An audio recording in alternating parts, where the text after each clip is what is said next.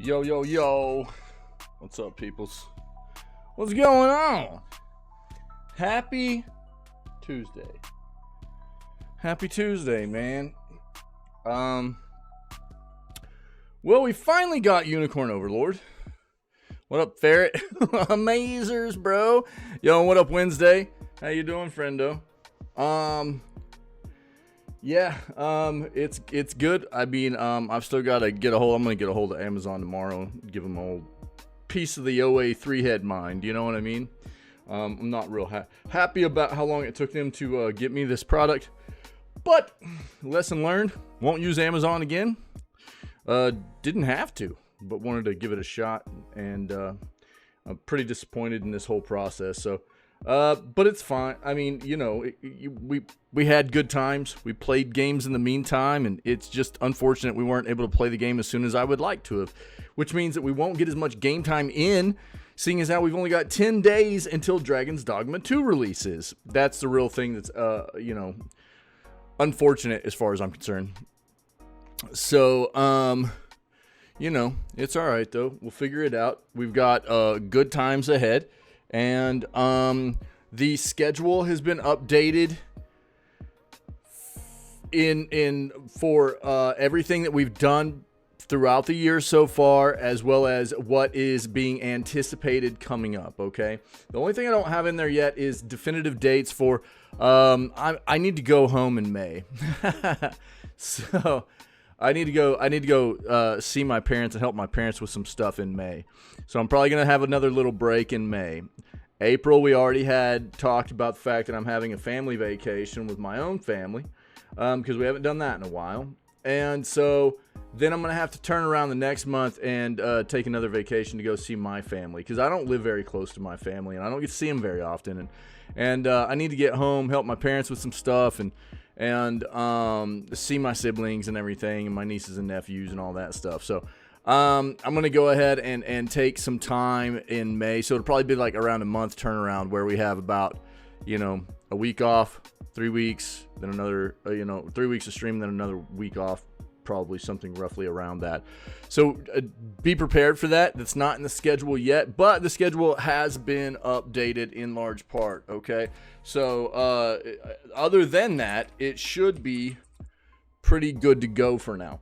Got all that done yesterday, and we're all set to go for another amazing day of video gaming news and beginning Unicorn Overlord on our Switch. Yes, I haven't done a Switch playthrough in a while, so that'll be cool, man. So I hope everybody's doing well. Happy Tuesday. Let's do what we do, man. Let's get into it, and let's see what's going on in the world of video games. All right, let's go.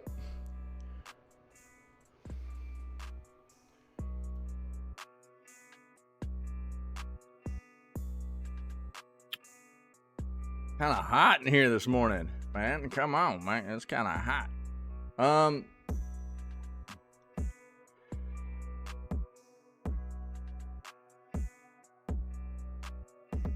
Spider-Man the Great Web trailer leaked online. Interesting. Take a look at this. See if it's DMCA'd yet.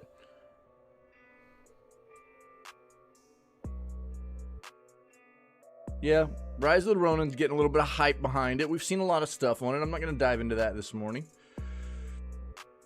I'm more excited for Ghost of Tsushima, personally, coming to PC on May 16th. That is in our schedule now at this point, by the way. So it looks like May timeframe for us is currently looking like Sons of the Forest to begin May. And then halfway through May, we'll turn over and do Ghost of Tsushima on PC. Ooh-wee. Ooh-wee. And shout out to our friendo, Florida, that made sure yesterday in Discord that I was aware Ghost of Tsushima was hitting. Yeah. Florida's been busy with work and travel and stuff and hadn't been here very much, but did hit me up in Discord and was like, yo, did you see this? You know? And so... What's up, Reagan? How you doing, friendo?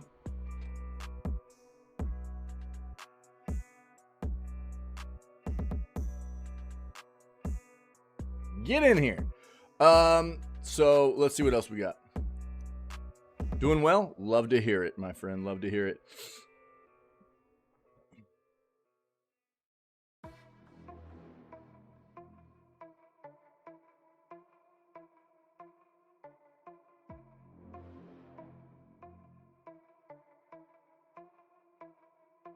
Final Fantasy 16 PC version in the final stages of optimization. Expect a demo. For anybody that's interested in this game on PC, then this will be good news. I personally am not. I don't see this as an actual good entry into the Final Fantasy series. I'm not looking forward to it. I won't play it. So, a lot of people in this community know where I stand on this game. It's not that I don't think it's a well-developed game. I just don't think it's a Final Fantasy game.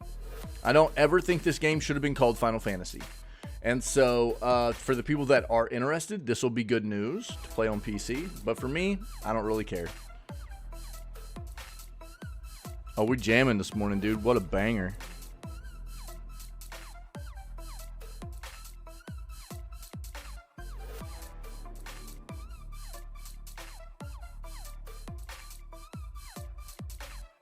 Yeah, we talked about Game Pass Ultimate games hidden that way.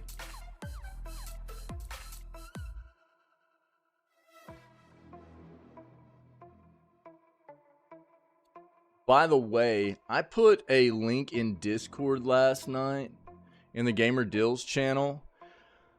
There are some pretty good deals. I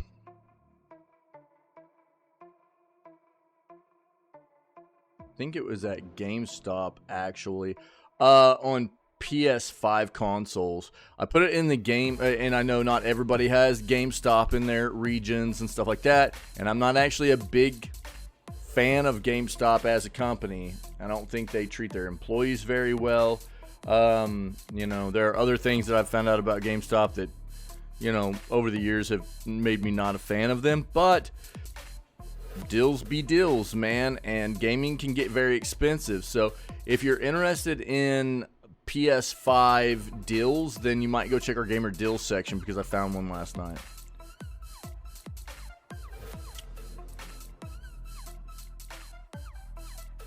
Monster Hunter World has sold 25 million units. That is a lot. It's a big, big game and a big universe for Capcom. They definitely capitalize on what this universe is and how many people enjoy it. I have spent time in Monster Hunter World before I started streaming. I liked it. It's good.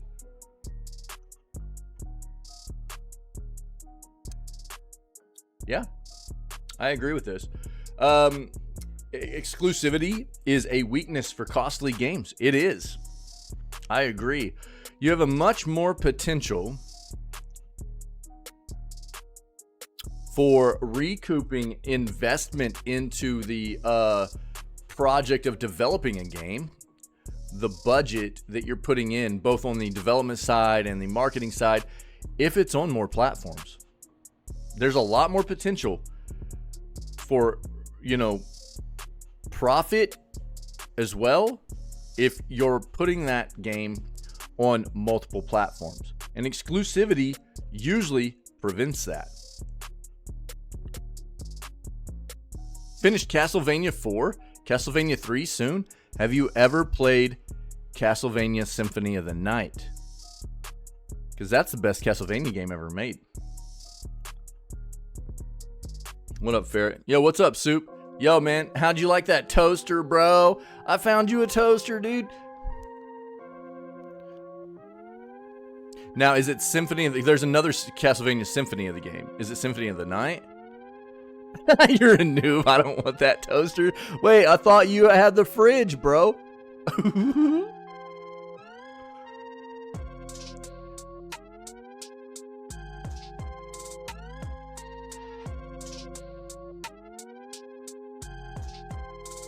Fair. Just read something that seems kind of odd. Target and Walmart stores are limiting their self-checkout registers to paid app subscribers and delivery drivers. Makes it sound like they are going to charge you to use self-checkout. Ooh. Well, did you hear about the Wendy's stuff? What's this? PS5 energy drink from Japan? Shut up, dude. This isn't real. Is this real? Is this real? Is this real? Yo, dude, you could put this PS5 energy drink in your Xbox refrigerator and just completely destroy the Matrix, dude. Yo, 8-Row, what's up, buddy? What's going on, dude? You could put this in your Xbox refrigerator and it would just destroy the Matrix, dude. It's a Zone energy drink collab. Gamer brand drink? That's funny, dude. That's wild. No, I hadn't heard about that, dude. That's great. Yo, by the way, dude, I'm sorry. Yesterday, whenever you sent me this flipping Samsung anagram, when I looked at it, I thought it said 8 minutes, dude. I read it backwards. I got dyslexic for a second. It's only 8 seconds long, and I thought it said 8 minutes. I was like, oh, bro, I'm not going to be able to watch that right now. That's why I didn't watch it yesterday during the stream. But that was pretty funny. It was pretty funny. If anybody doesn't know what I'm talking about, this is what Soup sent me during the stream yesterday because we were ripping on Apple. And for some reason, he wanted to go the Samsung route whenever they're way more makers of Android than just Samsung. It really should have been a Google rip is what it should have been. Google makes Android. But it's still pretty funny. There you go. The anagram. Yeah. Pretty good stuff. This is funny, dude. That's good. Yeah. The Wendy's stuff, dude. Apparently, what's it called? Some kind of what kind of pricing is it called? Here, I'll pull it up, dude. Check this out. Yeah, that was pretty funny, bro. I started laughing yesterday. I watched it after the stream. After the stream, I turned it on and I was like, I was kind of dying, dude. I was like, that was pretty good. That's pretty funny, man. Hold on, check this out.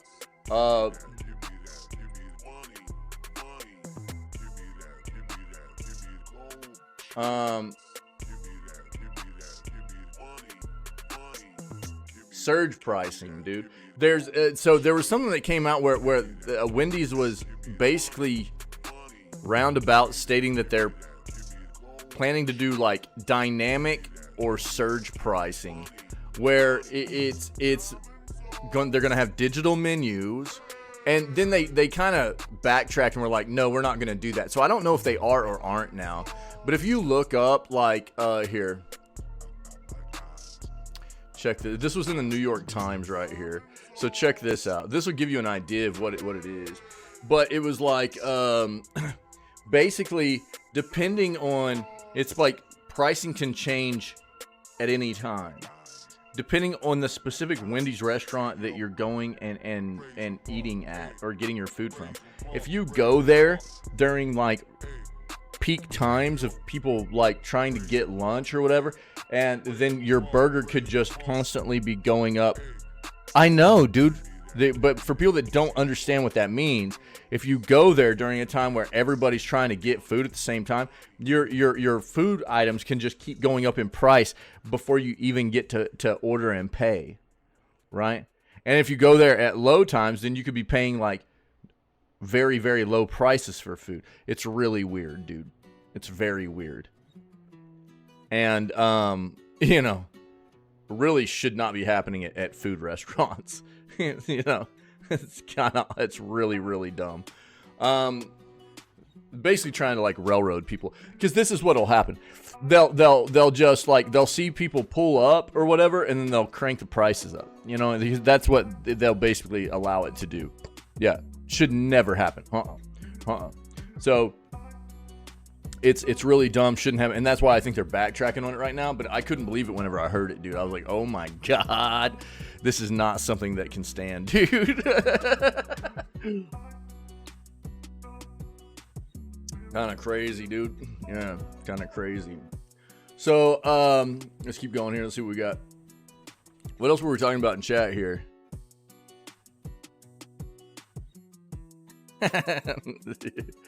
Hey, Ro, how's your day been so far, buddy? What's going on, dude? Oh yeah, yo, so Soup, the Advanced Collection plus Symphony. Let me pull this up real quick. Make sure you've got the right symphony. Is it Symphony of the Night? Castlevania Symphony of the Night? Is that the one you're getting? There's so many different Castlevania collections, dude.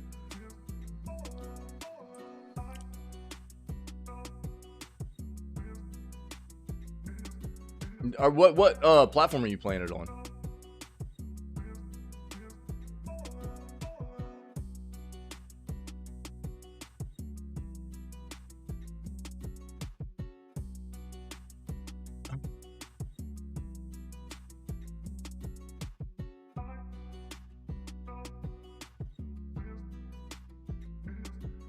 Sick day, chilling at home.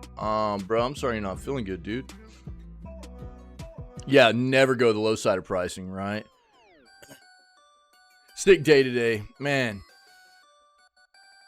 Well, whatever's going on, dude, I hope you start feeling better. You just hang out with us, buddy, all right? And we'll try and get you through it.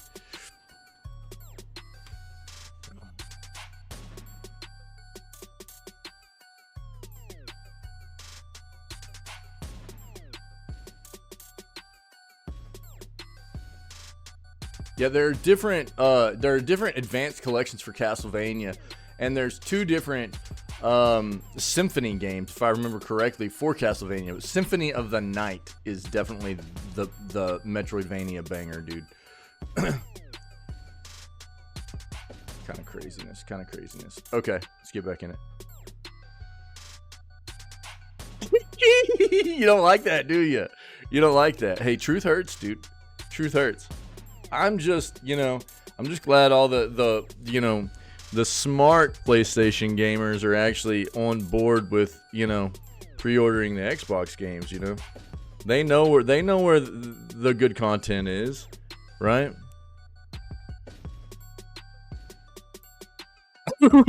Aero. Call it poo-poo, dude, yeah.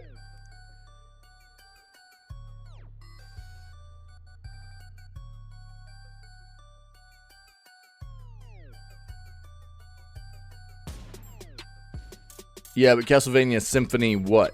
Symphony what? Because there are 2 different Symphony games, if I remember correctly. Magic Call It Duty. Yeah. It does say Symphony in the Night. Cool, man. Yeah. That's a banger, dude. Yeah. So you're just working your way through them? That's awesome, dude. That's awesome. Castlevania was, dude, I think I still have Simon's Quest on regular Nintendo. Pretty sure I pulled that out whenever I did all my, showcasing a lot of my old Nintendo stuff. Yeah. I loved Simon's Quest whenever I was young. Look, that's what I was just talking. I mean, this is, whether you want to admit it or not, he's right. Okay? It's, console exclusivity is a weakness for costly games. It is. The more platforms these big budget games are on, the more likely they are to recoup the investment on the development side and marketing side, as well as the more likely they are to make a profit. Because the more people are out there in the gaming consumer base that are able to buy the game. That's all there is to it. That's just math. It's true, dude.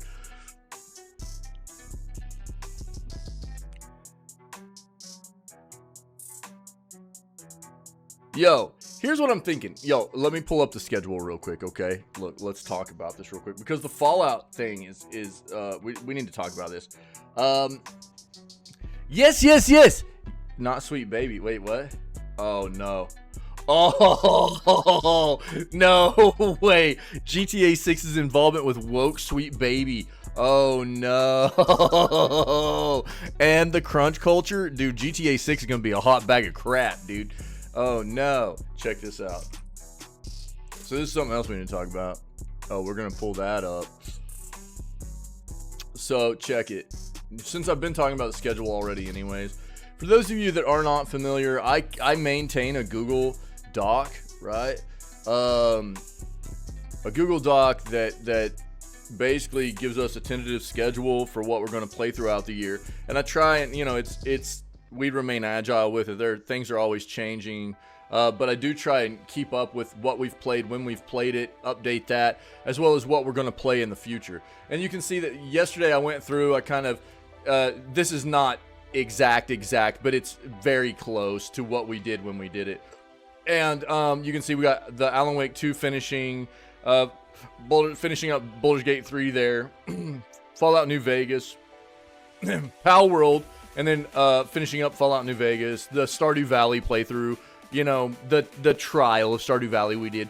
Nightingale, then RoboQuest, then Balatro. Now we're starting Unicorn Overlord today. So this is where we're at right now, right? This is where we're at on this column. So we're starting Unicorn Overlord today, right? I know, Alan Wake 2. Man, I should put that in red because this game was balls. Highly recommend nobody play that game. The game sucked. Also, just so I'm not too calm today, decided to download Insurgency Sandstorm. Yeah, I've heard decent things about that game. Yeah, I've never played it though, 8-row. It's interesting. I'll have to take a look at it. Just Malding, the game sucked, dude. It really did. It was not good. And I got soft locked out of it. I mean, I was having a tough time wanting to finish that game. I was having a really tough time even wanting to finish that game. And I don't flush very many games. So, I was having a tough time wanting to finish it because it was not good. And then I got soft locked too, and it was like, god dang, dude. It was not very good. Never played though, good for me. Played Jedi Survivor. If I got it at a really, really low price point at some time in the future, I'm not gonna pay very much for that game. Because they don't deserve very much for that game with how they released it unfinished. That's the way you know how I roll, man. I think the content in that game is probably pretty good. They don't deserve very much money from my perspective for that game, and the fact that they released it totally unfinished. You know, I know the trilogy's happening. They announced green-lighting the third game before the second one was even fixed. 1 second.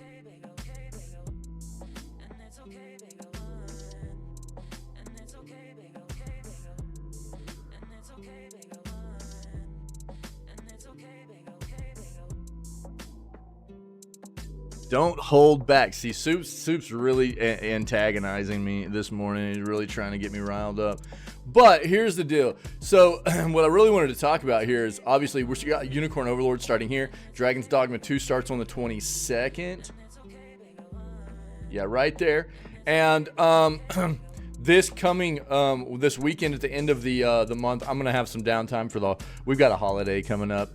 Yeah, so I'll be having some downtime with the family right there for the weekend. Then we'll get back into Dragon's Dogma 2.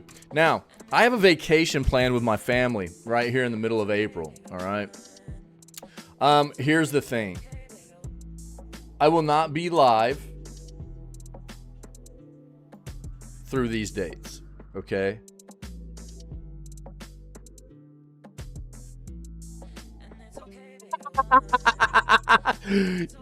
You mean Soup would want that edition, right, Ferret? Right? Yeah, there's that cap at lol, dude. Yeah. Forget the vacation? Nah. Dude, I haven't taken my kids on a vacation in a little bit. My kids need a vacay, dude. Yeah, they're good kids. My kids are good kids.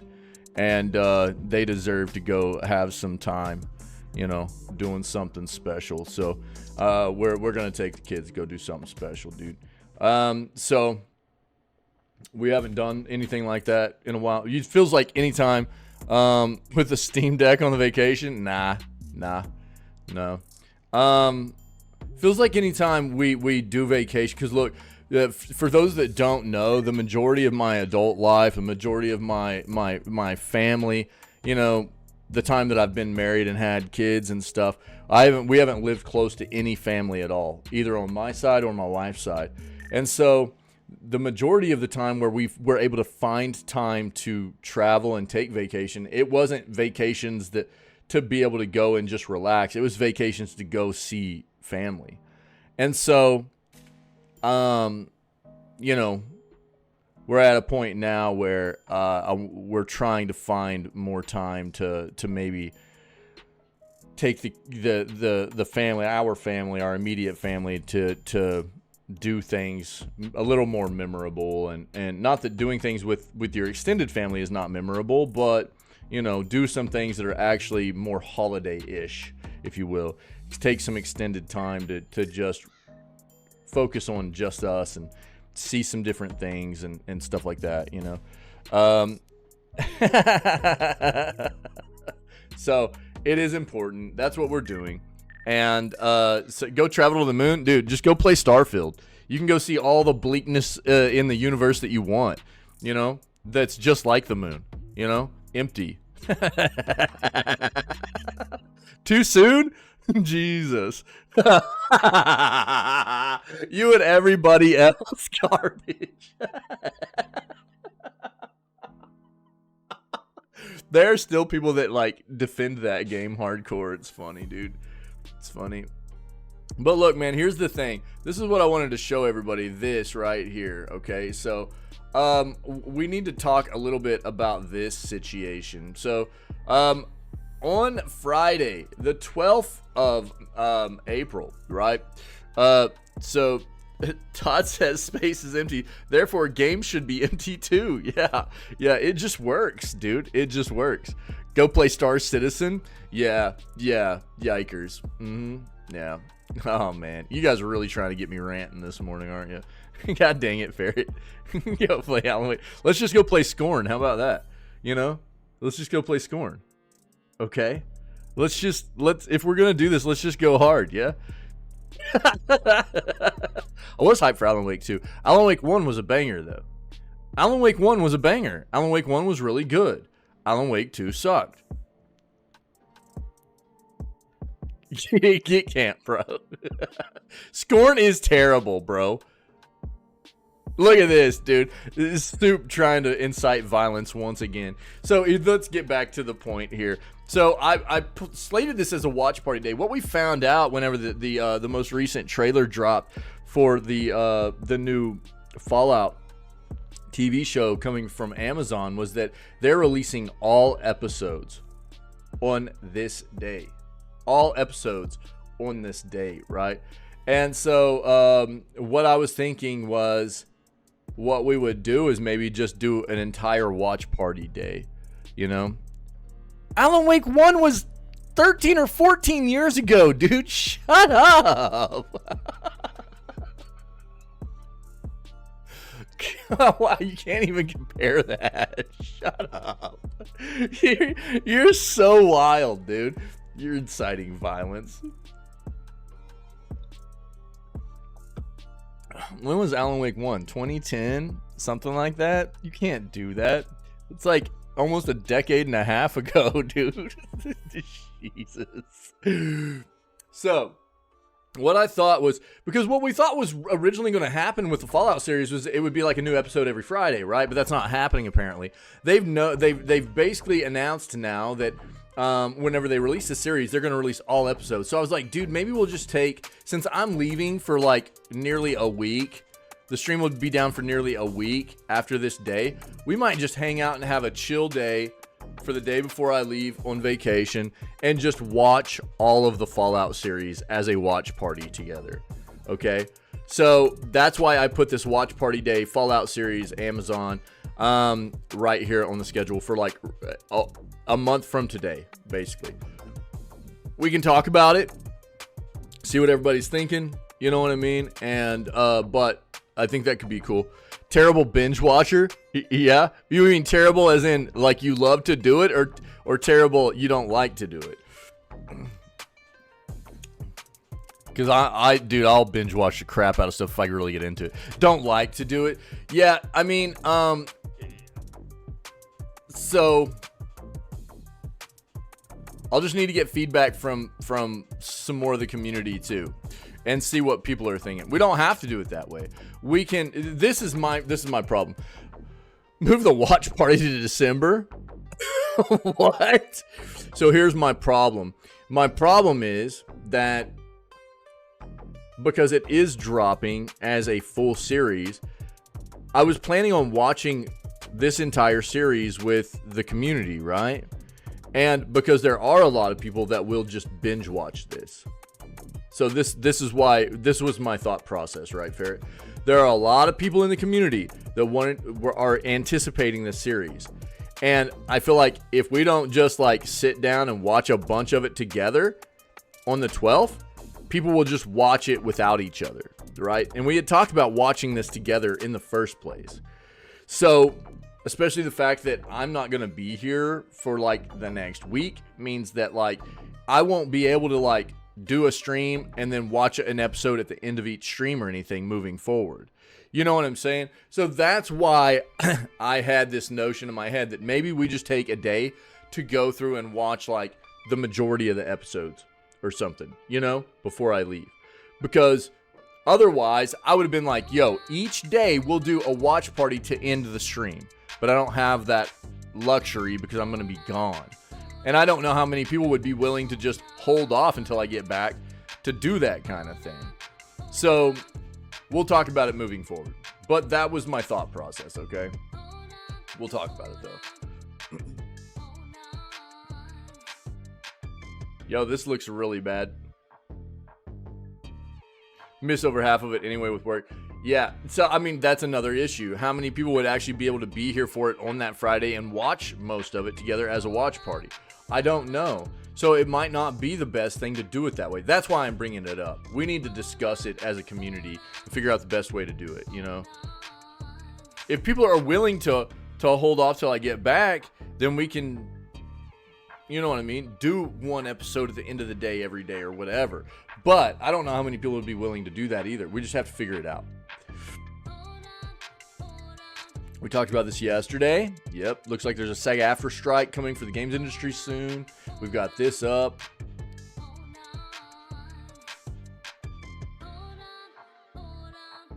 Yeah, we've got the Spider-Man thing up. We're going to watch that.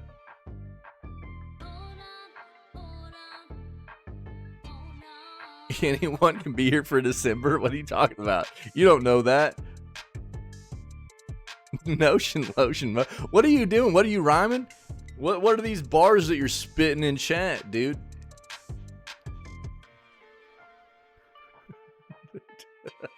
Yeah, no, I've got the trailer up. We'll watch it.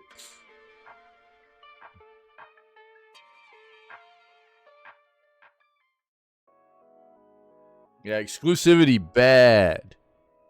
Stoop bad.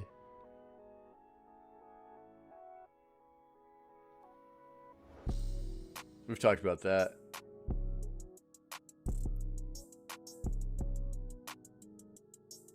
Oh yeah, you're good, Ferret. No worries. Gaming Bible is clickbait all the time.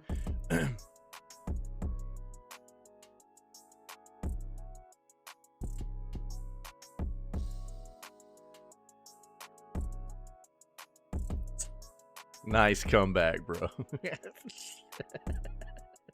Yeah, dude. PS5 Pro release date this year, says analysts. Yeah, we've heard a lot of this speculation. Once it's official, we'll hit on it. Yep. I could totally see this.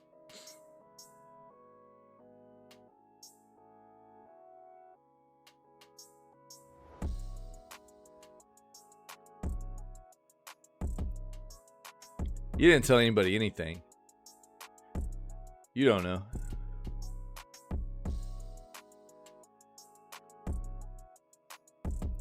This is all speculation. We don't know exactly anything yet. We know fairly well that the Switch 2 will be about 12 months from now, give or take. Price will be around $400. Specs will be probably something close to the PS4 or in between PS4, PS5 types of hardware.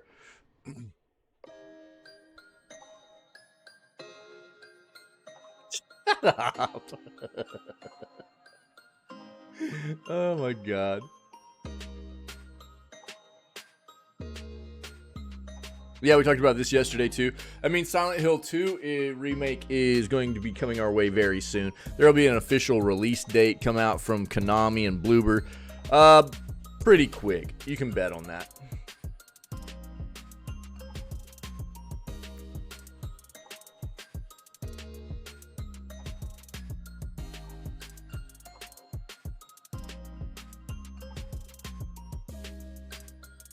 We've already talked about this.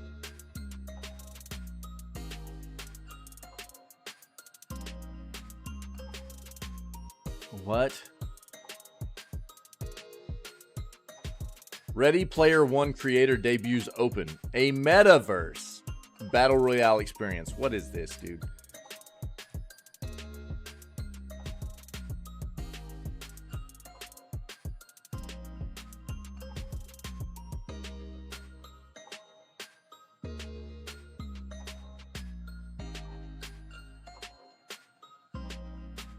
We've talked about Bandletel a little bit. I'm not going to dive into that. Dragon's Dogma 2 release date is the 22nd of March. It's 10 days away. There's also already a, I'll pull it up right here, actually.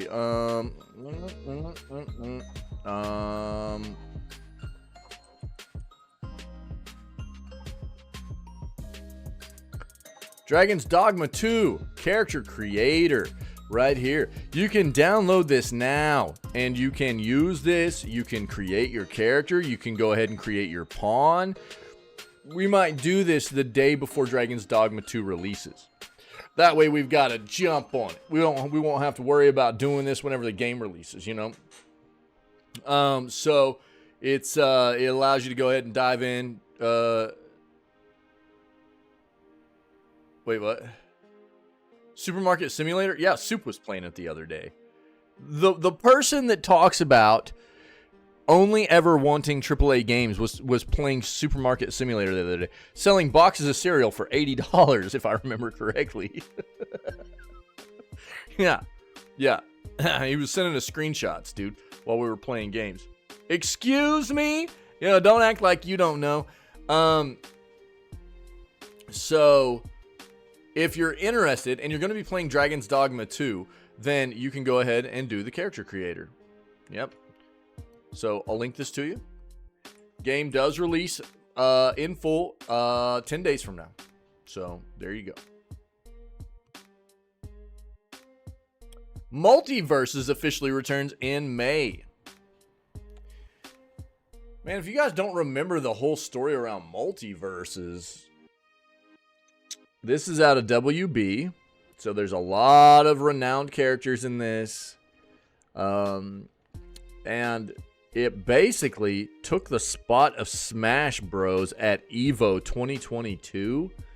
And because EVO 2022 was a year where it was the first year that Sony had become the owners of that event.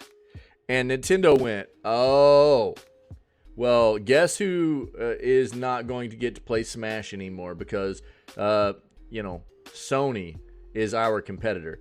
So really what they thought they were doing was going to be slapping Sony in the face by not letting EVO, which is a fighting game tournament, a big fighting game tournament every year. Instead of it being a slap in the face to Sony, it really was a slap in the face to all of the competitive Smash players, is what it was. And so instead of what they did was Multiverses had just come out. They replaced Smash with Multiverses, and it did very well. A lot of people liked it. But dude, after EVO, the game just fell off. Like, it seemed like a lot of people liked it, and then just nobody was playing it anymore. So I don't know what happened, but they ended up finally going, look, we need to kind of take this game offline. So anybody that still had the game could play single player modes, but there was no online mode anymore. You couldn't buy it, or you couldn't access it, you know, you couldn't download it anymore, or anything like that. And they were going to be revamping it, trying to find ways to draw more people in or something like that. And now it's getting re-released in May, apparently. So we'll dive into this and see what they have to say. Exactly, Ferret. Yep. Nintendo's good like that, though. Nintendo, you know, as we talk about with Nintendo all the time, they don't think about, as many of the big companies are in this have this direction of the way they think. It's about a business mind and not a mind of taking care of your fan base and your consumer base, right? And Nintendo's terrible about it. Always. So, not a surprise. It still sucked, but it wasn't a surprise to see Nintendo go that route, right?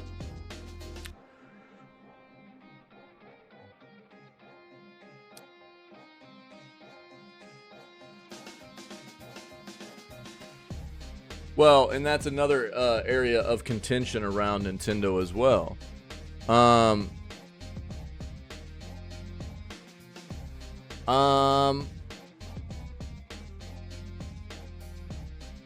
Man, Reject, seems like I heard something. I can try to pull it up, dude.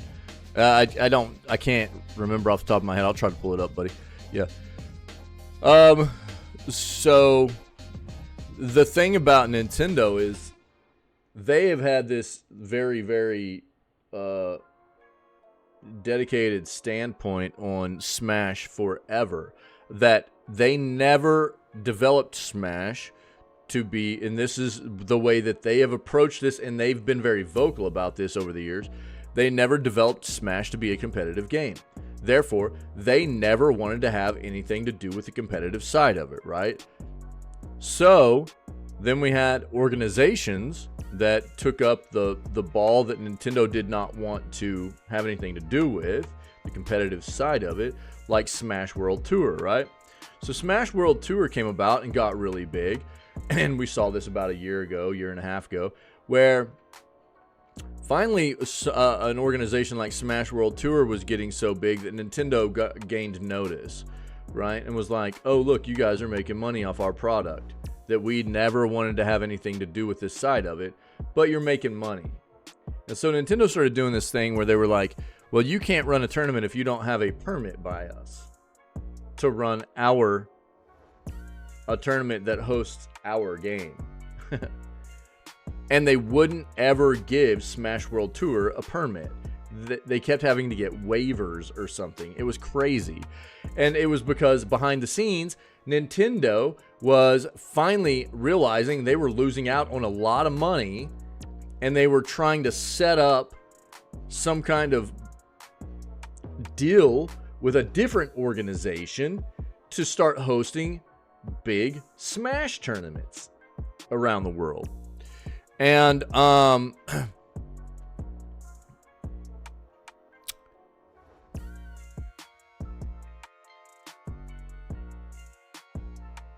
yo, thanks, Soup. Awesome, dude. Appreciate it. Good looking out, buddy.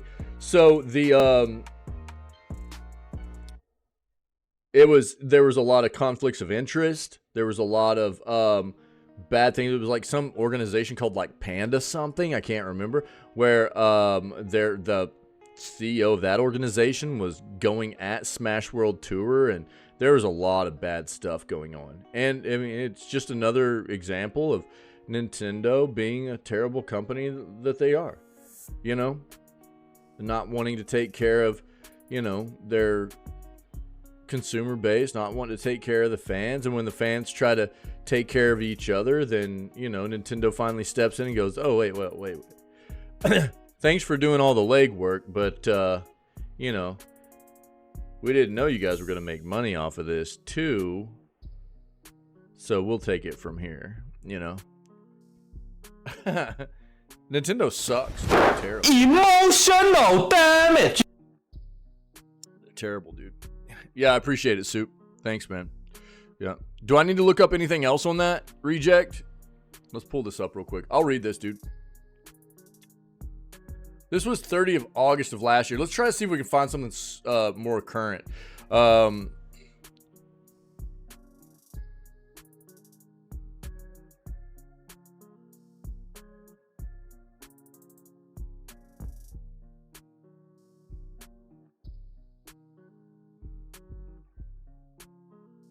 6 months ago. Is there anything? It looks like everything's just from around that time frame, really. We can try to narrow it down.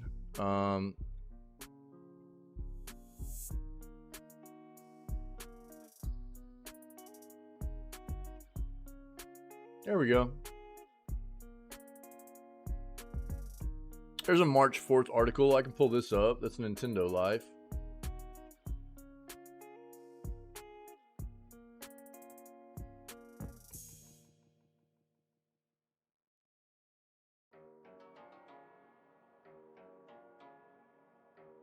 Yeah.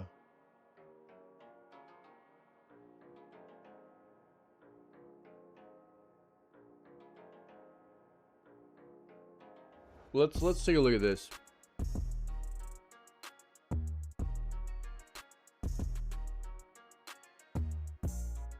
Oh, that's not a good article. That's not a good article. Hold on. Let's look at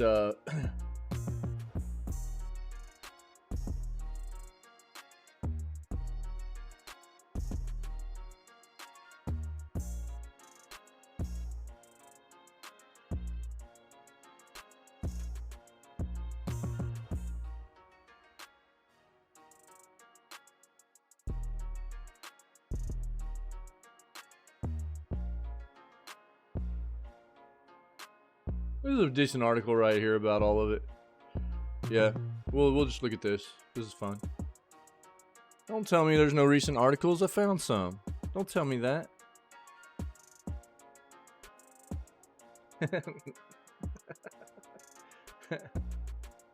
February and March, dude. Come on, man. Don't tell me that.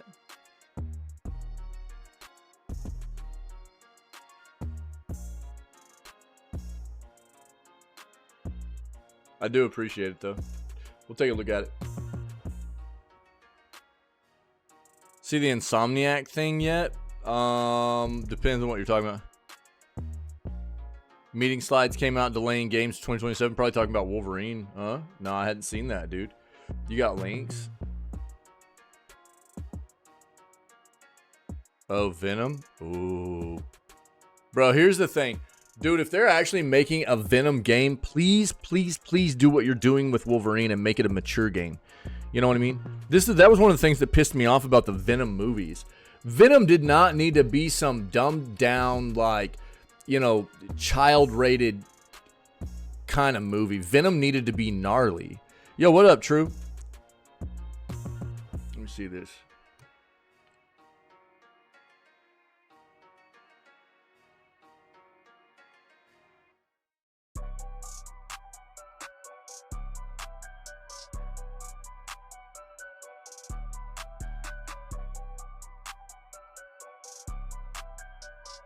Oh, these are from the November leaks from Insomniac. No, I didn't see these, dude.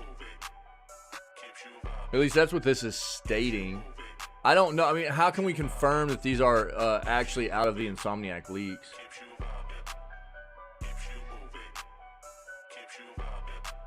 File from November of 2023.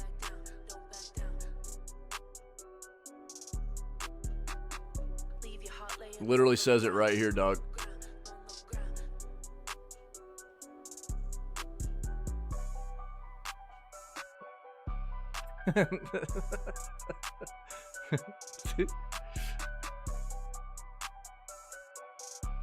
I say this about a lot. Look, I mean, I'm not saying it wasn't okay, but a character like Venom deserves to be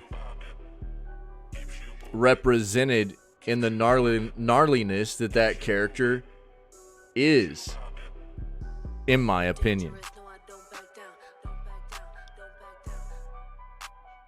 Yo, thanks, Soup. What's this one? Yeah, I'll pull all these up.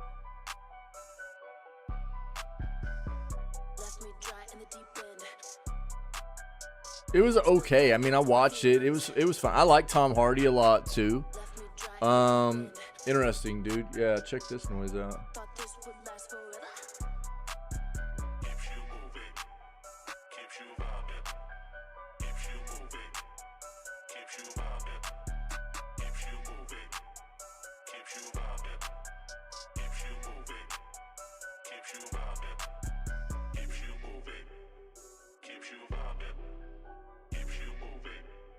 I'm not saying it wasn't good. Could have been a little better if they followed the comics. Much more gnarly than they made them. Yeah, I mean, that's what I'm getting at, too. That's what I'm getting at, too. And I think there are certain characters that deserve to be represented, like exactly like what True was saying before, you know? Well, and here's the thing, Ferret. Yeah, I know that, right?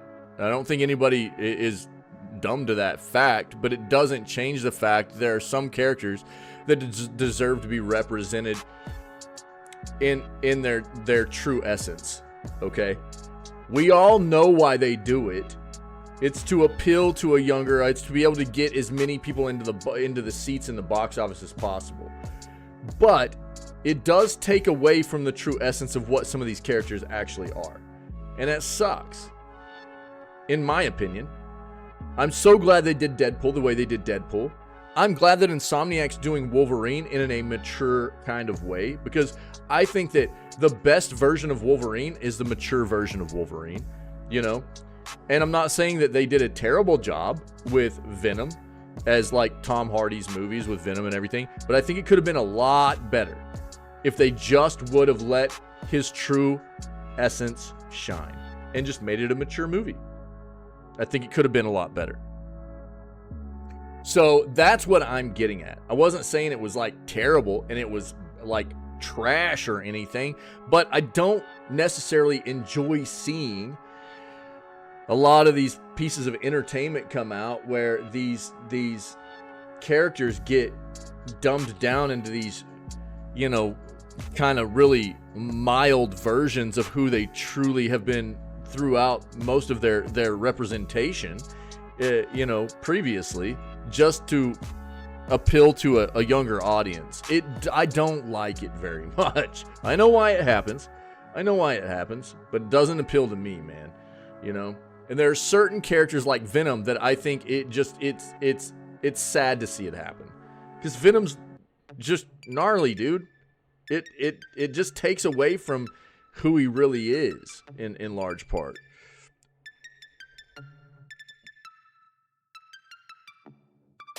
Personally. Yeah, Venom's edgy, dude. Oh, for sure. That's what I'm saying. That's what I think. If you take a look at like the way that True's talking about Deadpool, right? And I've used Deadpool as an example before. If you take a look at Deadpool and the way that they made Deadpool and how everybody loves what Deadpool is, right? Could you imagine a dumbed down version of Deadpool? Would it have been terrible? Maybe not, but it wouldn't have been the Deadpool that we got. Now, imagine the reverse of Venom, right? I think Venom would have been way better, just being represented the way that character could have been, rather than what they did with it. That's what I'm saying.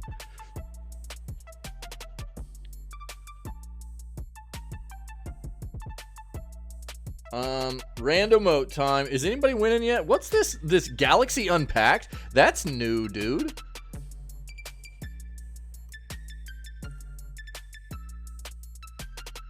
Oh, dude. Or Dino Dance. Let's go. Yo, this is kind of crazy. I hadn't seen this stuff yet. So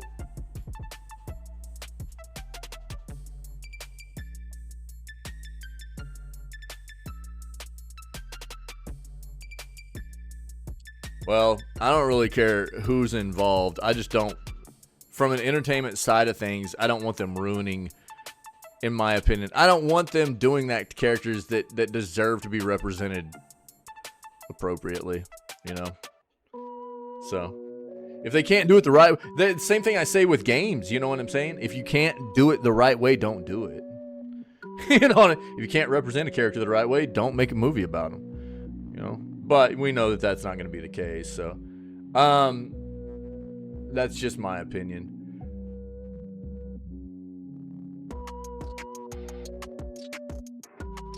So it's not just a Venom game. It's Spider-Man Venom.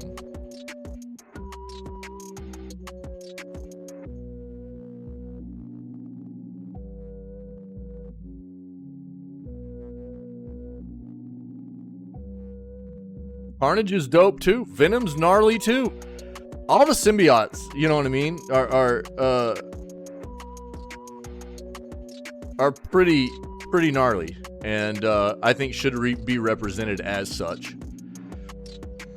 Not that I've had a deep dive into that part of the universe, but I do know that the way Carnage acted, yeah.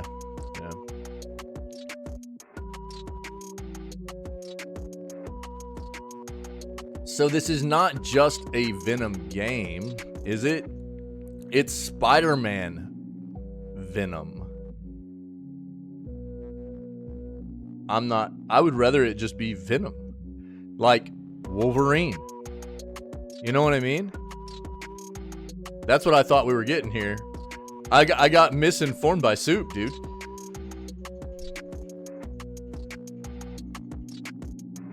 Yeah, I don't follow it all that much either, Reject, yeah. There's a Venom game and DLC? Where, dude?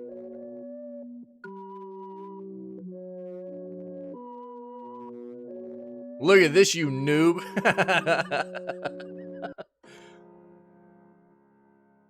Oh, they do show it as just Venom here. Interesting. But this has to be old, dude. Look at this. This has to be so old. There's no way Venom's hitting before Wolverine, dude. Right? We haven't even been hearing anything about Venom.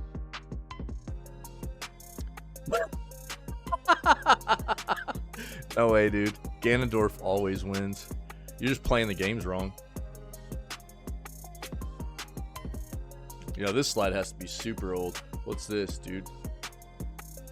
Oh, that's the same one I already have up, dude. Why are you linking this twice, dude? What are you doing to me?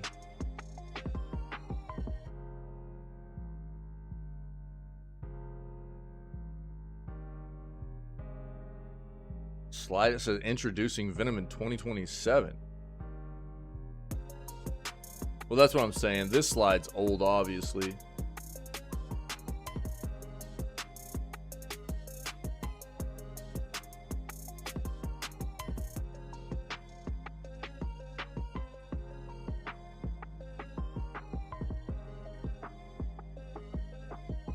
Introducing Venom in 2027.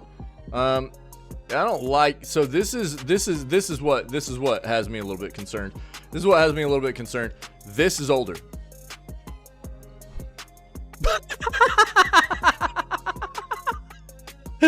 Yo, that's funny, Ferret.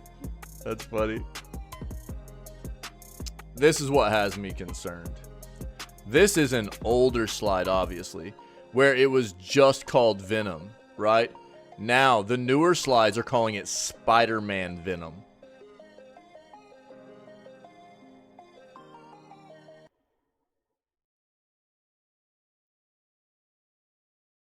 It's interesting.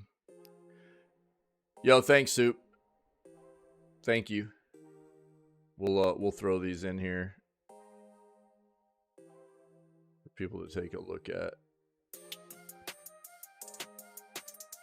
Wow. That's why you asked me about it. It was confusing. Yeah, I think this is what people need to take away just from what I'm gathering here. Just from what I'm seeing. This appears to be an older slide, right? These appear to be newer. And the Spider-Man, they're referring to it as Spider-Man Venom now, not just Venom. And that's what would be a turnoff for me. Yeah.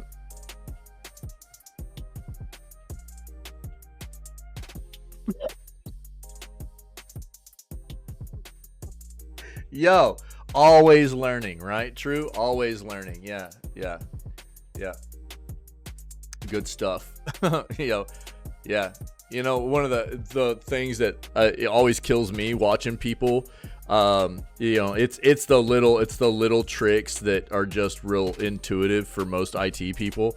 You know, that it's like clicking on a link with your middle mouse button to just open a new tab automatically. That you'll watch people that have no idea about tech, and you know, they'll just be like just trudging around trying to open new tabs. So it's like, dude, just middle mouse click on it, and they're like, what? It's like, bro, I've been using computers for 25 years and I didn't know that. It's like, god dang, dude. Yeah. It's that kind of, you watch people, and I'm not probably the best about it, you know, the middle mouse button trick. God dang, dude. Yeah, it's it's so dude, it like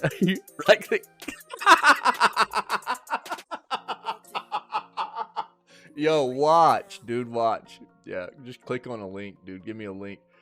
Boom, middle mouse button. Boom, middle mouse button. You know what I mean? Control left click, yeah. Middle mouse button's just more intuitive. It's more seamless. Yeah. Yeah, middle mouse button. Boom, you know. Step it up. Step it up. Dude, yeah. Step it up. Step For it up. for Yeah, dude. I love it, dude. I love how much it blows people's minds too. They're like, "Oh my god, my whole world just got blown apart." You know, it's like true, dude. Everybody feels like that, you know. Yeah, there are a lot of like Windows key shortcuts and stuff like Ferret's talking about, you know. But there's so many that just become natural for people that mess with computers all the time and stuff, and it's always funny when you find people that don't know the real easy, you know, the real easy ones like middle mouse button link clicking and stuff, and how much it blows their minds. So funny, dude. Step it up. Step it up. Oh, Alt F4 here, let me try that. Unacceptable!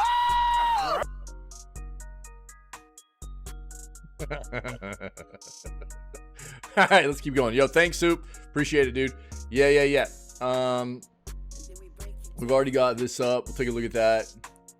You guys are wild, dude.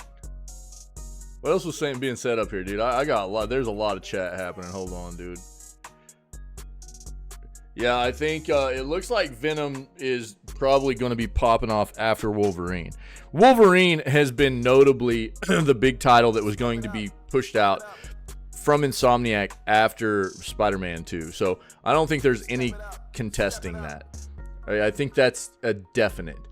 But it does look like Venom's coming after. The big question for me about the Venom game is it Spider-Man Venom or is it just Venom? It's looking more like it's a now Spider-Man Venom game. Whether, you know, where I would hope that it would be more just a Venom game.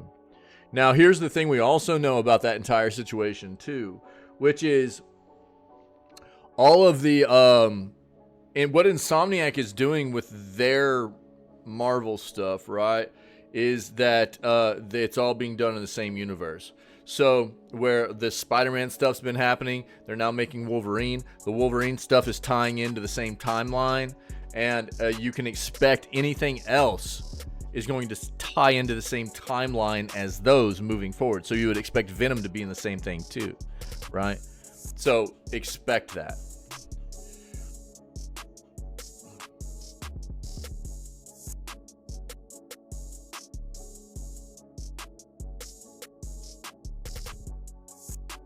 Is that if I missed anything in chat you need me to take a look at?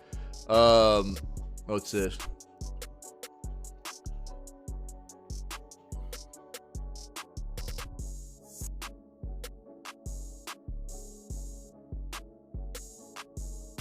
Interesting. Yo, thanks, True. If I missed anything in chat, there's a lot of stuff popping off that you need me to rehash or see that I might not have caught, then let me know.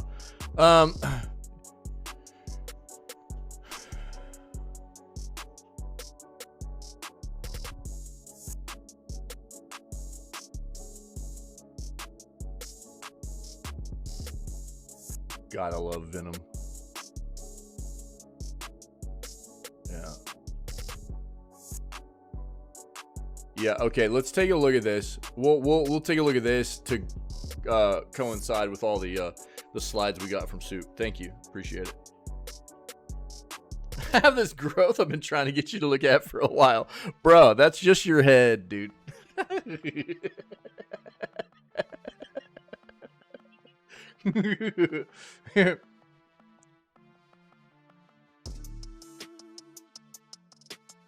They are saying it's a Venom game. Yeah, we'll take a look at that. Thank you very much, True. I appreciate it.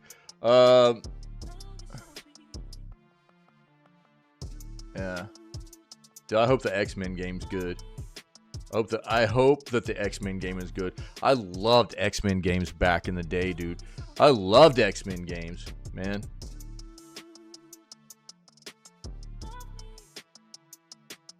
I'm not clicking this, Ferret. I'll link it to you. I don't read into gaming Bible stuff. Here's the thing. I'm going to tell you up front, Ferret. Gaming Bible is clickbait, right? It's clickbait. This is what you have to understand about Gaming Bible. It's always clickbait. The titles are always clickbait. I don't dive into these at all. We already know that we're not getting anything from Mass Effect as a new entry into that lineup until the new Dragon's Age game comes out, which is supposed to release. Did they say it's still coming this year? I can't remember if they said it's still coming this year or if it got delayed till the beginning of 2025.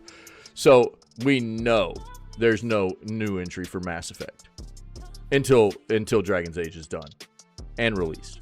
There's no way. There's absolutely no way. So if you want to take a look at this, I'll link it to you, buddy. That's not what I wanted.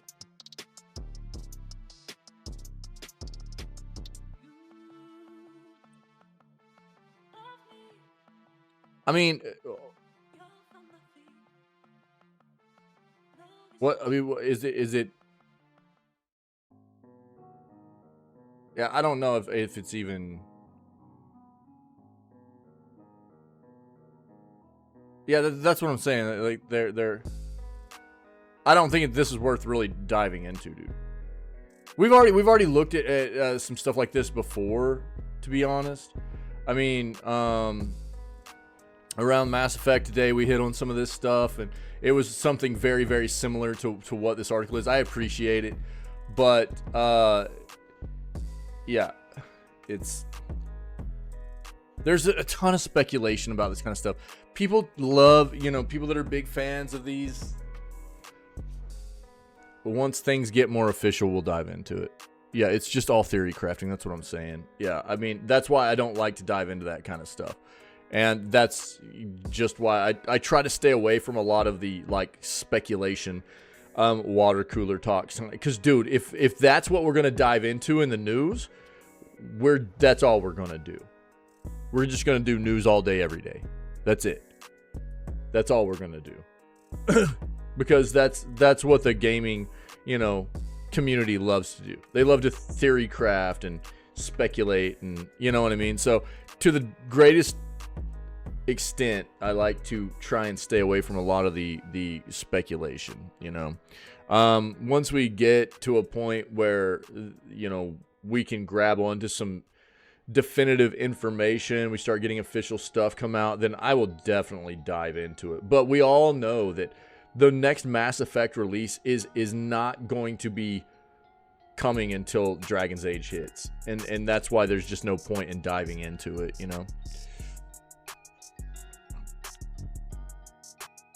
Oh, yeah. Yeah. And that's why it doesn't make sense to really do any of the theory. Because, some people might get lucky and kind of hit some key points and stuff, but most people they're really just throwing darts, man. And you know what I mean? That's all it is. That's why we could just do it all day long,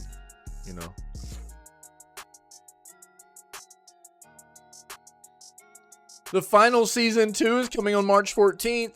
Just so everybody knows if you're interested. Warner Brothers' new approach to gaming will have to face the Reaper. Agreed. We've talked about it. I'm not diving into that. Warner Brothers, dude, is kind of disgusting. And I don't think they know what they're doing. Really. I think that Warner Brothers is trying to point fingers. Like, one of the more recent things we saw was they're trying to be like, oh, well, it's the AAA console environment that's just too volatile for us. It's like, no, you guys just don't know how to make good gaming content anymore.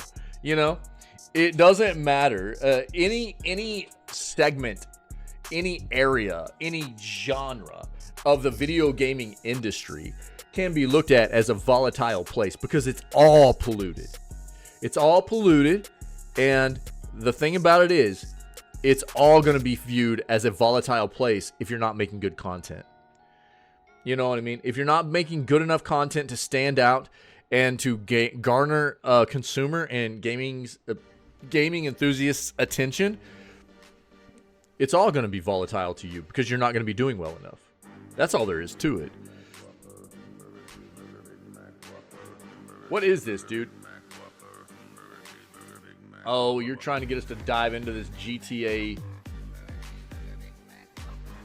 mapping project? Get out of here, dude.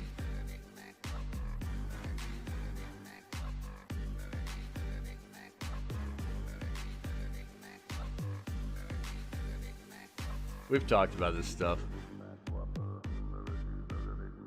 We've talked about it.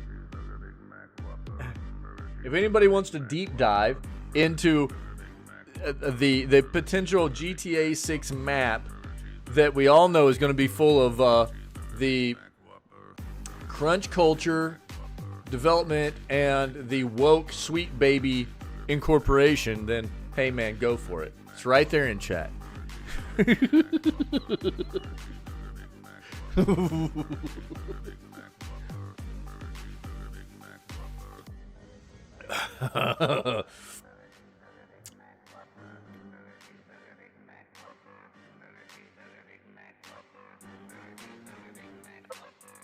Dude, truth hurts, doesn't it, dude? Yeah.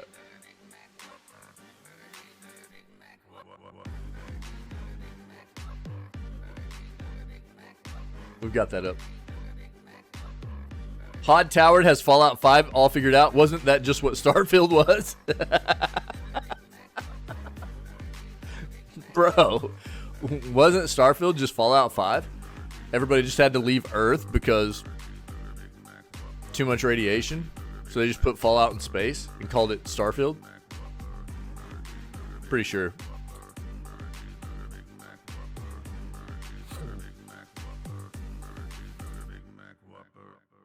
Yeah, we're going to talk about that. We talked about this yesterday. Yeah, a lot of PS5 players apparently are having their digital games be either locked out or just removed from their account, and they're not able to get them back. It's not good. It's not good. What is this, dude? You and your links, dude. What is this? Oh, the final preview of Rise of the Ronin. We can watch that, dude. We'll watch that to end the news segment on. That's cool. Yeah. I thought it was going to be... You don't know this game's good? You haven't even played this. You can't do that, dude.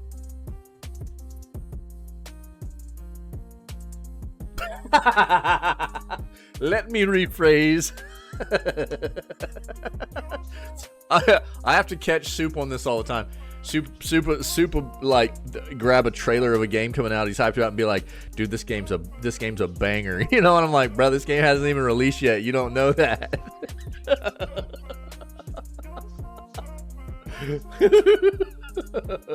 We talked about this yesterday, though. Be careful if you're one of those PlayStation players, man. You've got some issues on your hands with your digital library. Things are going bad, man. PlayStation needs to get it figured out. Does he reject? Does he?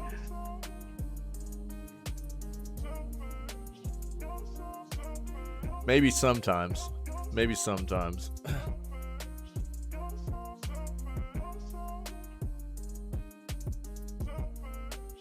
You're so selfish, Chet. I'm just kidding. You're not. You guys are awesome.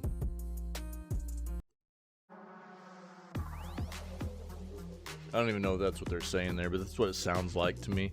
Get into some other music. That's what that. It always sounds. That's what it always sounds like they're saying to me in that song. It gets really weird.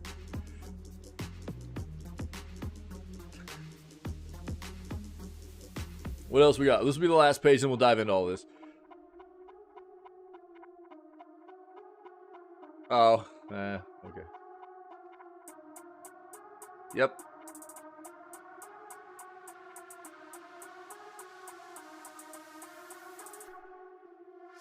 Overwatch 2 Cowboy Bebop teaser trailer. We'll take a look at this. Pretty selfless. Nice. You have the Apple Vision? It already cracked, didn't it? Reject. Yeah. Who do I think I am? What the crap?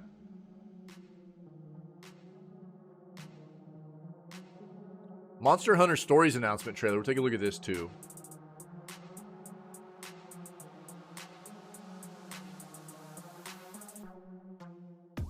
I've got this up already for all those that want to end up playing it on PC. I am not one of those people, but I got it up there for you.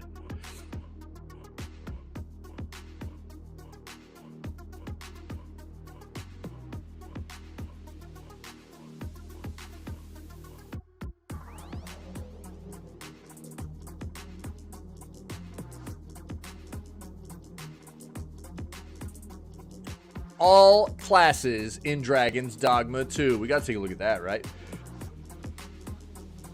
When is season 3 of Warzone? Who cares? Call a poo-poo, dude.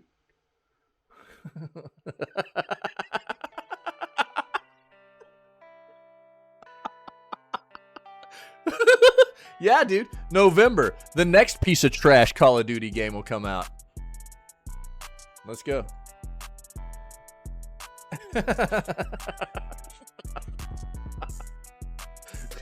Dude. Oh my god.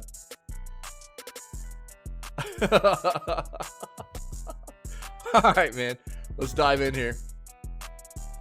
These will be our articles for the day. Thanks everybody for contributing. And I'll try to shout you guys out for everybody that dropped me these articles and stuff as we move forward. So Overwatch 2 Cowboy Bebop teaser trailer. Let's see what we got here. Need a safe space. Antics is being mean.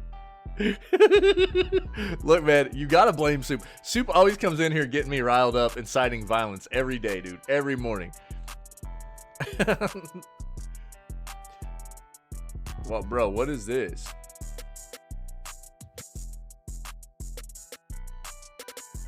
There's nothing in this flipping article, dude. What?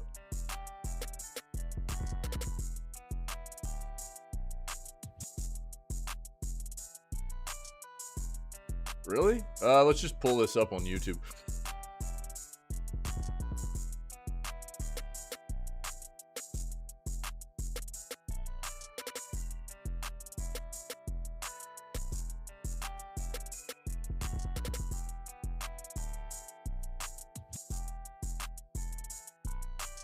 Gameplay collaboration trailer. Let's go with the which one do you guys want to watch here? How long is that? Buck 34 official trailer.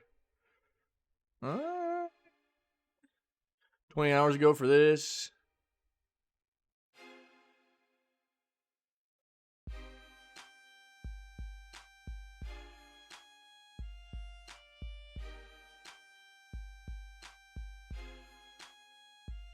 We'll watch this one. Let's watch this one.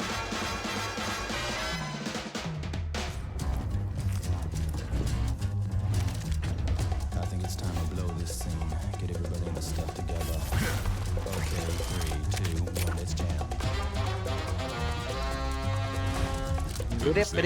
You guys better not be shaving those mustaches, you hear me?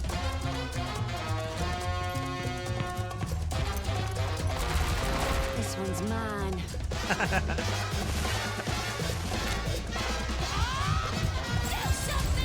Ooh. Soup's just hating because he can't grow a good mustache. That's it. Party started.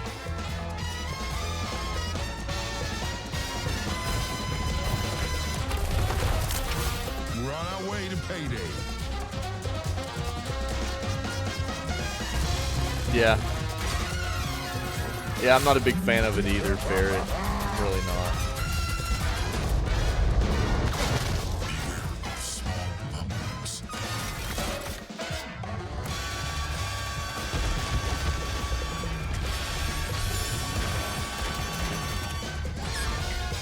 It's like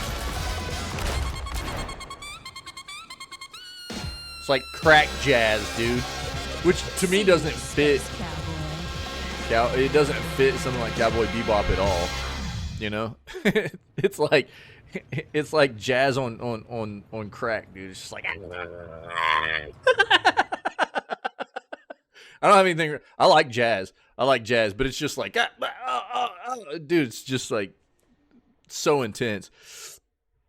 Yeah, I like jazz, but I need it to be like kind of nice, mild jazz. When it just gets so flippin' nuts, dude, it's a little bit much for me.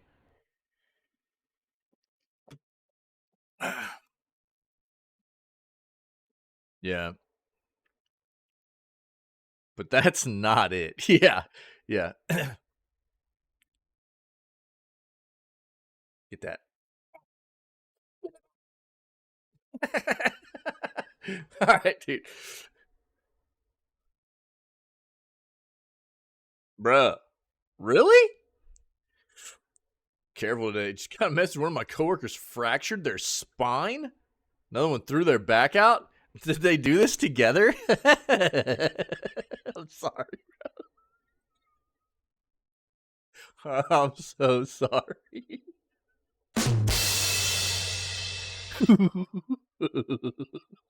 That's terrible, dude. I hope they start feeling better. Unacceptable!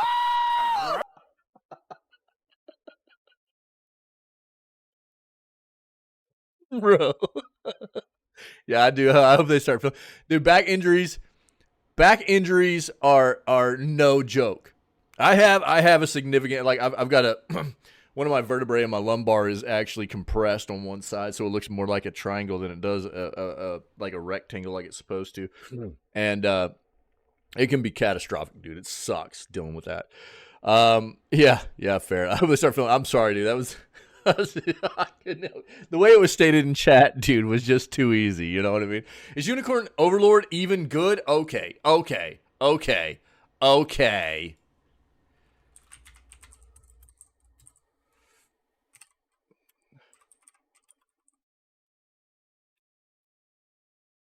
mean, I haven't played it yet, so I can't tell you definitively.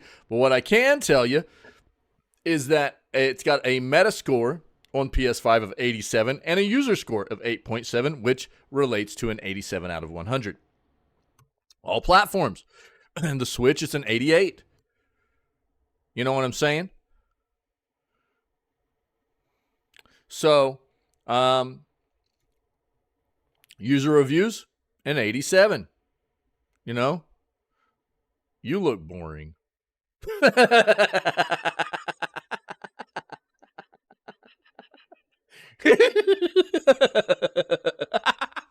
No, you are. No, that's definitely false. That's definitely false. All right, let's watch it. You guys see what Soup does, dude? You see what Soup does? Soup comes in here every day just inciting. Like, he's mad because I said he can't grow a mustache. That's what it is. Now he's really upset because I said he can't grow a mustache. Let's watch Monster Hunter stories, dude. Kinship stone. Bind thyself to this young spirit. You guys are a trip, dude.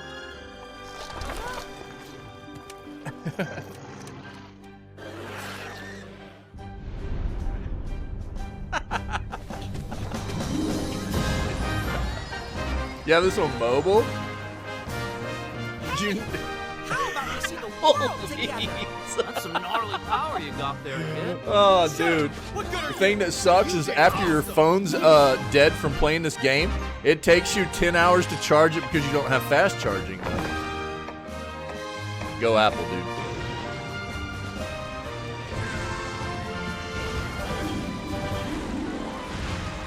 Old Monster Hunter? Yeah, dude, we've got some of the older Monster Hunter games on like some of the like the 3DS games and stuff like that, you know? And I've got Monster Hunter World. Me and my kids used to play Monster Hunter World together sometimes and stuff. It was good.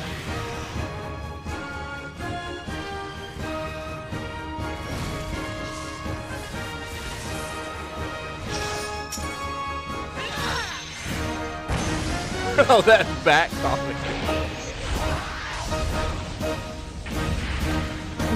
Oh, Jesus. June 14th. Nice, dude. The original Monster Hunter Stories game is back, coming to Nintendo Switch, PC, and PS4. Become a monster rider and hatch, raise, and battle with your favorite monsties. In this epic RPG adventure, Monster Hunter Stories launches on Nintendo Switch, PC, and PS4 on June 14th with refined graphics, a new museum mode, and content previously released only in Japan. Right on! Cool. All classes in Dragon's Dogma 2.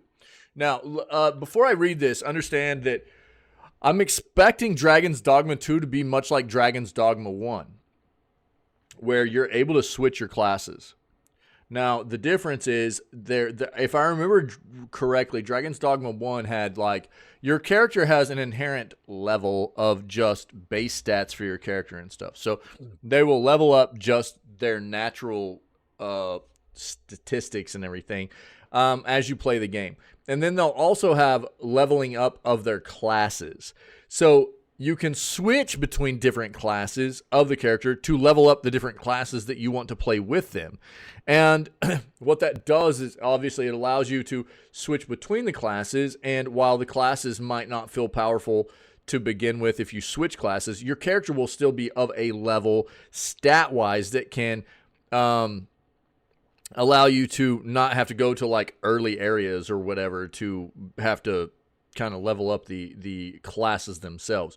But it was a very cool system that allowed you to try different classes out, level up the different classes, and determine what best fit your play style, and allow you to change classes on the fly and stuff too, depending on what you wanted to play at that time or whatever, right? So if I remember, and dude, it's been a while. It's been like, dude, 8 years since I played Dragon's Dogma 1. But I do remember it being something along those lines. And so all the classes that are in Dragon's Dogma 2 will be these. The hype train for Dragon's Dogma 2 is zipping through the gaming landscape, promising to be one of the biggest RPG releases of the year.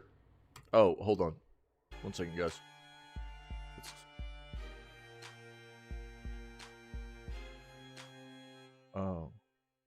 Oh, yo. Yeah. Yo, Ferret, thanks, dude. Thanks. Yeah. Dude, I'll actually, I appreciate that, buddy. Yeah, I thought that I had seen that before, dude, and I don't know if it's already something that's implemented. I just need to turn on or something, I think, maybe. And so, but yeah, I'll take a look at it tomorrow on the day off, and I really appreciate it, buddy. Thank you very much. If you're lurking, maybe you're hearing me and everything, but I appreciate that. So let's get back into this. Like any good role-playing game, Dragon's Dogma 2 has a handful of classes, some more commonplace than others. Here's a rundown of each one. Every class you can choose. Basic classes. All right, here we go. Try to put this where you guys can see it. So, class and description. Archer, range damage dealer capable of attacking from afar with powerful bows, turning the game into an almost third-person shooter.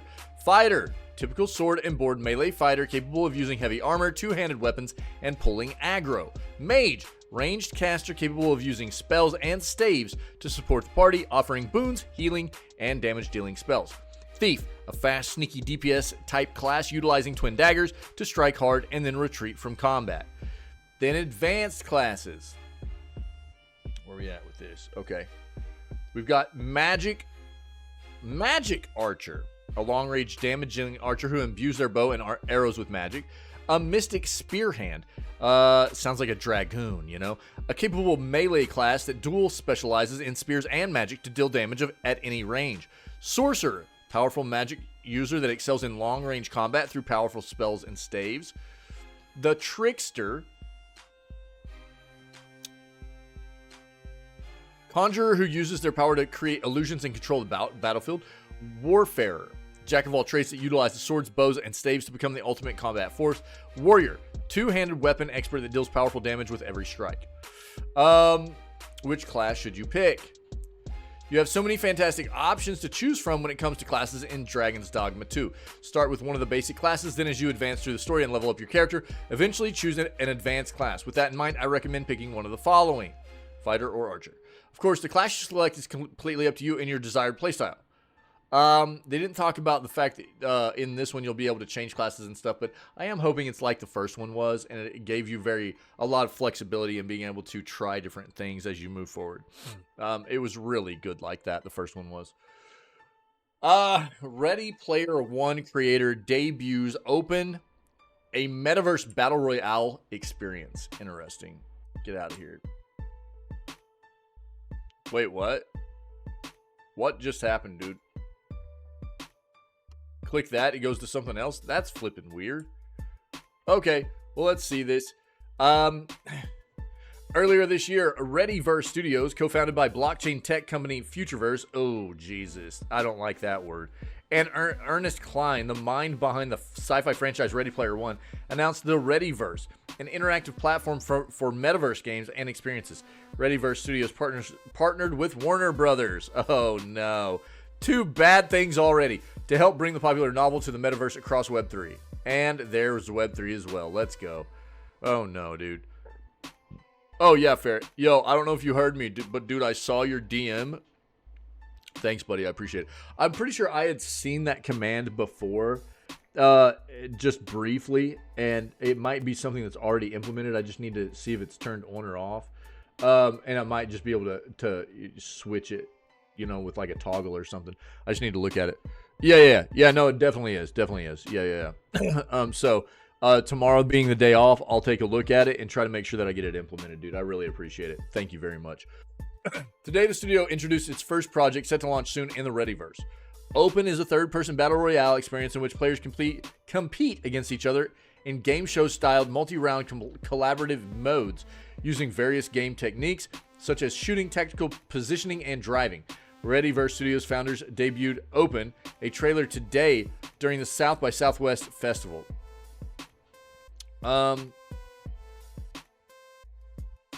Let's watch this, and then I'm gonna talk about a lot of the underlying premise of what this is built on. Commands. What up, Pinky?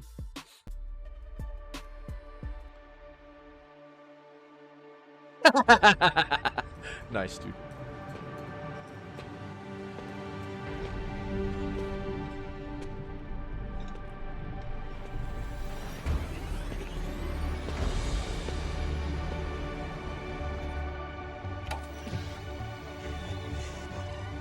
Nice Atari.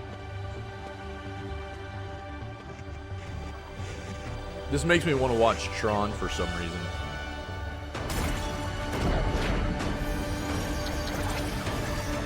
And now I know why.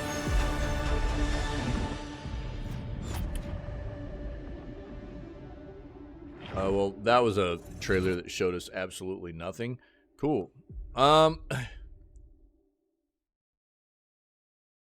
Web3 asset interoperability, digital ownership, decentralization.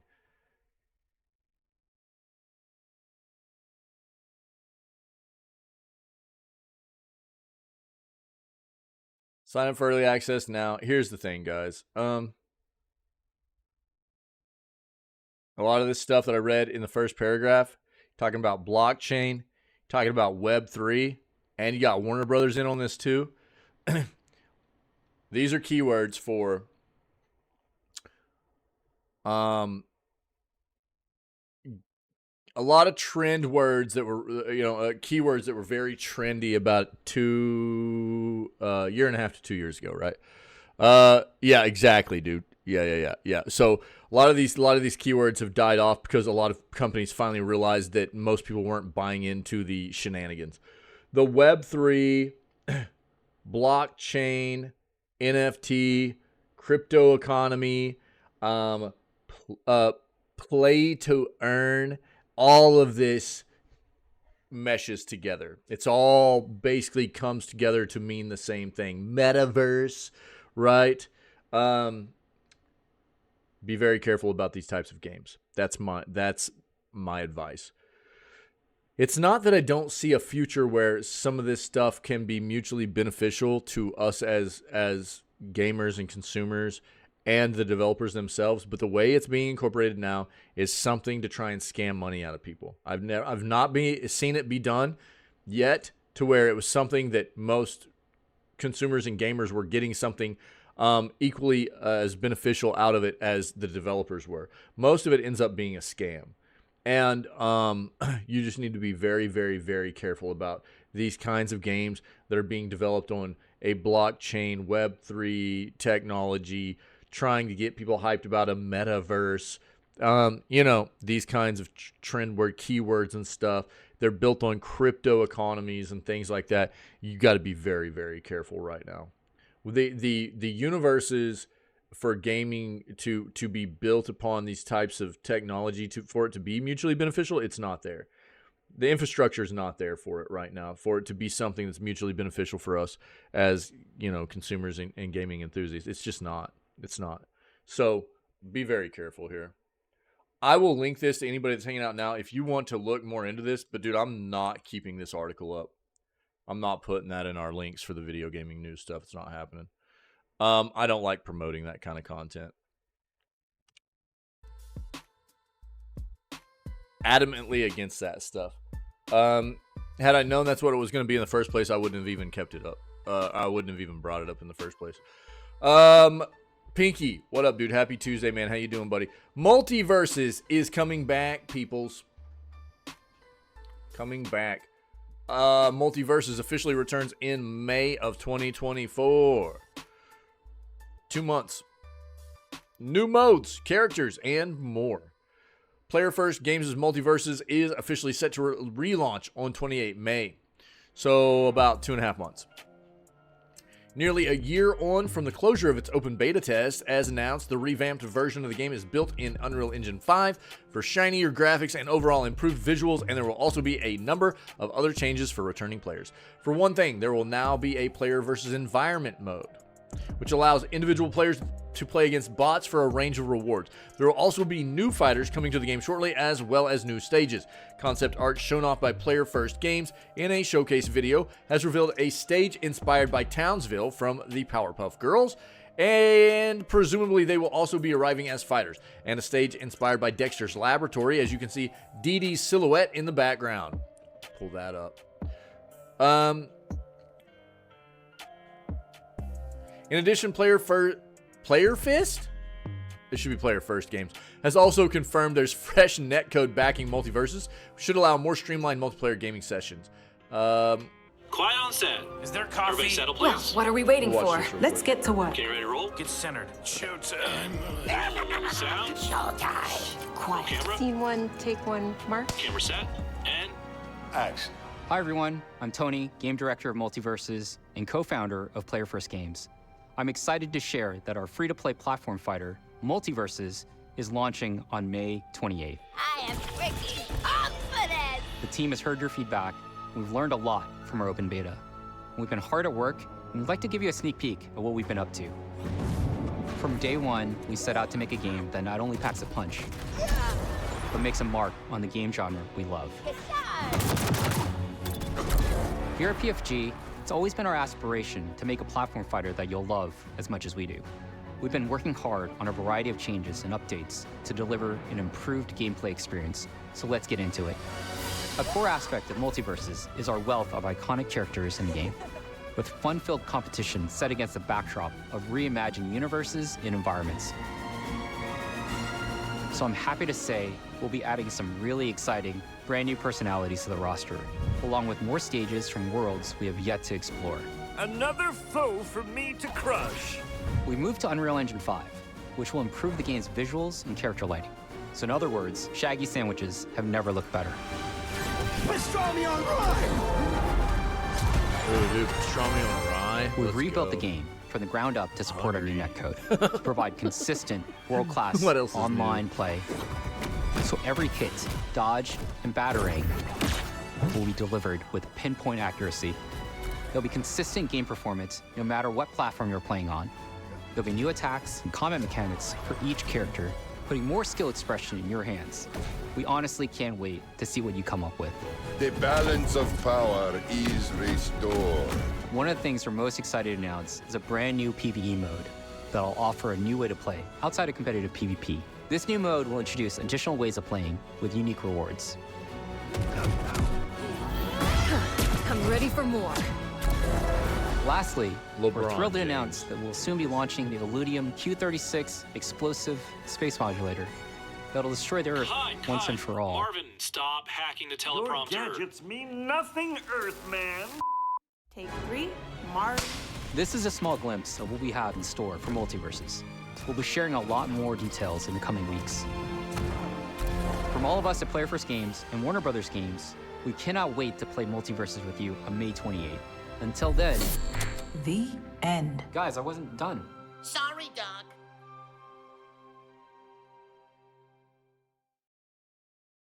Okay, cool. With a ground-up refresh, Multiversus certainly has the potential to make a splash on its return. And on debut, it fostered an audience of more than 20 million players. While enthusiasm for the game waned after a lackluster second season of content, Pierce Player First Games has learned lessons, is keen to come back strong with a more refined approach. Go. There we go. Given the game's next major season of content seems to lean heavily into nostalgia via Cartoon Network classics, its return could attract a whole new audience on top of its previously established one. We'll just have to stay tuned and see what happens. So 28 May, man. PS4, 5, Xbox One, Series X and S, and PC. Cool. Let's see what this is. That was the same thing. Okay. Oh, dude, here you go. This is some great news here for all you GTA fans, you know, getting the Sweet Baby involvement with GTA 6, you know, just what I'm sure everybody wanted to hear coming out of GTA, right? So GTA 6's involvement with woke Sweet Baby Incorporated explained. Rumors are flying around that Grand Theft Auto 6 developer Rockstar is working with a company called Sweet Baby Incorporated, which has been branded woke by groups online. Sweet Baby Incorporated describes itself on its website as a narrative development and consultation studio. It adds, "Our mission is to tell better, more empathetic stories while diversifying and enriching the video games industry.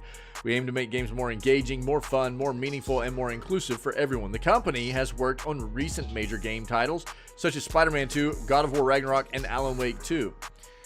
A Reddit post shows Rockstar's logo under the company's clients section. This has been edited in and does not appear like this on Sweet Baby Inc.'s website.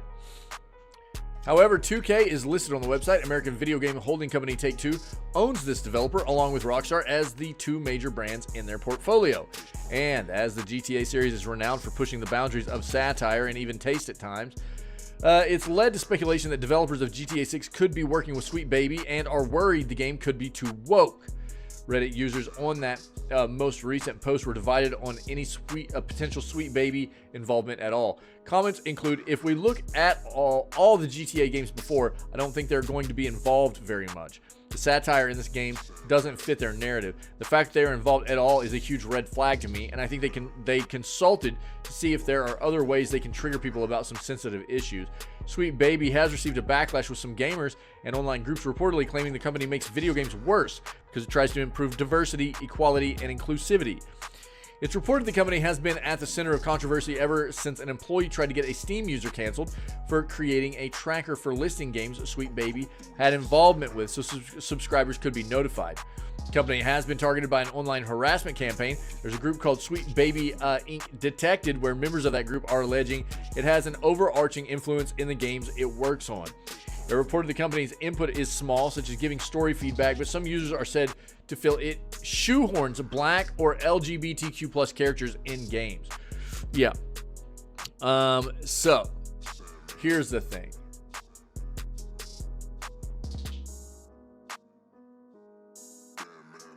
Everybody needs to be represented. You guys know how I feel about that, right? There's no reason why you know everybody, all demographics, whether it whatever skin color, gender, sexual preference, I don't give a crap. You know what I mean? People are people. We're all just trying to live our best lives. There's no reason why everybody shouldn't be represented in the entertainment that we love. But there is something to be said for maybe what I have found, and I need to be more educated about Sweet Baby. What I have been informed of so far about what Sweet Baby does is they've been contracted by a lot of these companies to come in and, exactly like what this article stated, it was a very good word, shoehorn a lot of the diversity into these games where it does affect, it's not written in very well, basically, right? It's not written in very well. It affects, what a lot of people feel like the narrative of the game is, and it could be done better. So a lot of people have come to find Sweet Baby to be kind of cringy, because while they promote themselves as being a company very good at specializing in incorporating diversity into video games, they're not actually that good at it, is what I'm starting to gather. I don't think that people are hating on Sweet Baby for the fact that they are trying to include diversity into the games. It's the way that they do it. It's the fact that they're trying to promote themselves as being very good at it when in fact they aren't very good at it. And I think that's the issue, right? So I need to be more educated about Sweet Baby. I'm going to try my best. Probably tomorrow on my day off to, I've got, thanks to our friend Cappy, I've got some videos to look into and stuff like that I need to try to watch. So I'm going to do my best to look into it. There's a lot of talk going on right now about this company, and this is going to be a turnoff for people to some degree. The hype around GTA 6 is not going to be really watered down by something like Sweet Baby being involved, but there's going to be people that go, man, I really wish they wouldn't have been involved in this game at all, for sure. John Cena, what? Yeah, he was streaking through the he streaked for the he wasn't wearing anything. What are you talking right here? This? Yeah. Naked Oscar stunt? Something like that? I don't know, dude. Yeah, is that what you were looking for? You'll have to look that one up on your own, buddy. Not video gaming news. Spider-Man, the Great Web trailer leaked online. Let's put this down here because that's going to be for Insomniac, okay? And we've got some Insomniac stuff. So, for any of you that are looking forward to Final Fantasy 16 hitting PC, there is, it's looking like it is going to be headed this way very soon, and there is a demo coming. So Final Fantasy 16 exclusively hit PS5 last June. However, Square has already revealed a PC version of the action game was in development. Speaking to the producer Naoki Yoshida about it on Square Enix Tokyo, Japan offices for Game Informer's Final Fantasy 16 cover story last year, he said players shouldn't expect the PC version anytime soon. Yeah, I actually was ripping on Yoshida pretty hard because Yoshida was basically like, just go buy a PS5 if you want to play this game. And it was like, why don't you just buy everybody a PS5 if that's how easy it is? You know? That was a pretty bad quote. With Final Fantasy XVI's first DLC, Echoes of the Fallen, already out, and its second DLC, The Rising Tide, due out this spring, spoke to Yoshida once more about the PC version. Also talked to him and DLC director Takio Kujioka about The Rising Tide and what players can expect. While Yoshida is unable to share when the PC version of Final Fantasy XVI will be released, says the team is in the last stages of optimization. In terms of where we are in development currently, we're trying to figure out the final stages of optimization right now. Yoshida tells me through a translator, when we can release the PC version might be dependent on that. System requirements and specifications for PC that players will need, so we're trying to figure that out. Naturally, PC specifications are looking to be somewhat high. Said players can rest assured that development on the PC version is going smoothly, but didn't want to give specific details. Yoshida said before Final Fantasy XVI releases on PC, the team will do its best to announce the best specifications and requirements ahead of time so players can determine if the game will run on their PCs. And to do that, we're looking to release a demo for the PC version as well. Again, we can't really talk too much about it in terms of details of when it's going to come out. I think in a little bit more time, we'll be in a better place to announce things. But one thing's for sure, I won't be too distant. It won't be too distant in the future. It won't be a year. It won't be 2 years. It'll probably be shorter than that, so stay tuned. Yeah, I think that for anybody that is a fan of Final Fantasy, though, you have to understand that this is not going to be your traditional Final Fantasy game. Yeah, this is going to be something more akin to Devil May Cry, Bayonetta, something like that. This has been severely stripped down of the RPG elements that most people expect out of a Final Fantasy game. I'm not taking away from the fact that it is a pretty game. It is apparently very well developed for what it is, but it is not a traditional Final Fantasy game. It is more like a Devil May Cry Bayonetta game with a Final Fantasy skin on it. You have to know that. So be prepared for that.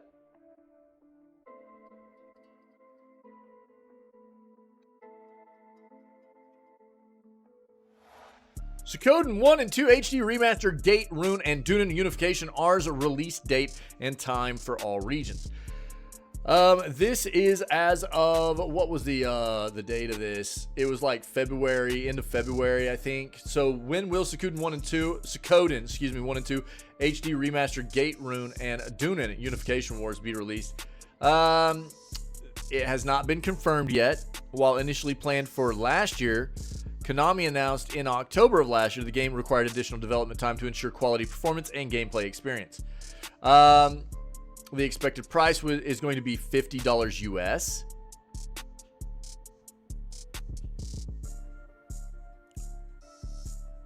No confirmed release date right now.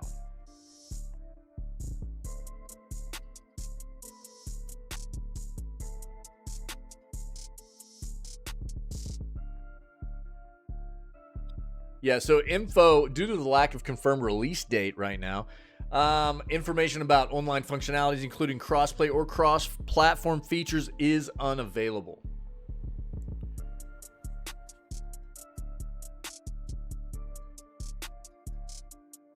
The games will be available in 2 editions, the Standard Edition and the Collector's Edition. Standard Edition includes the game itself, while the Collector's Edition boasts additional collectibles such as a steel bookcase, a soundtrack CD, a poster, and a set of art cards, offering fans a more immersive experience.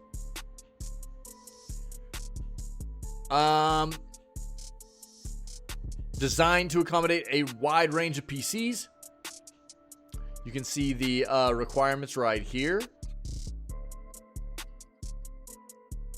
They've got a fact down here below as well, so if you want to take a look at that, I'll link this for you. Hopefully that helps a little bit, Reject.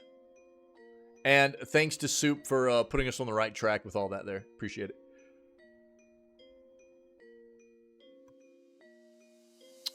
Spider-Man, the great web trailer. So we've got an amount of... we've already looked at this Unicorn Overlord stuff, so I'm not going to dive back into that. That is the game we're playing today, though. Unicorn Overlord. Super excited.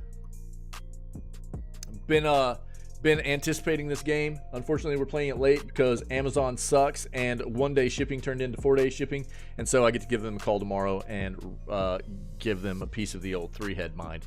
We'll see what comes of that. Spider-Man: The Great Web trailer leaked online. So following the gargantuan Insomniac leak that hit the company hard a couple of months ago, content is still being pulled out that's revealing new in development and canceled projects, products, and concepts. Most recently, users stumbled upon a trailer for the canceled multiplayer game, Spider-Man: The Great Web, and promptly leaked it online. This was supposed to be a 5-person multiplayer game built on a live service foundation, but it was struck down by Sony as revealed by the Insomniac leaks. In the leaked trailer for The Great Web, which looks incredibly polished, we get a glimpse of at what that product might have looked like.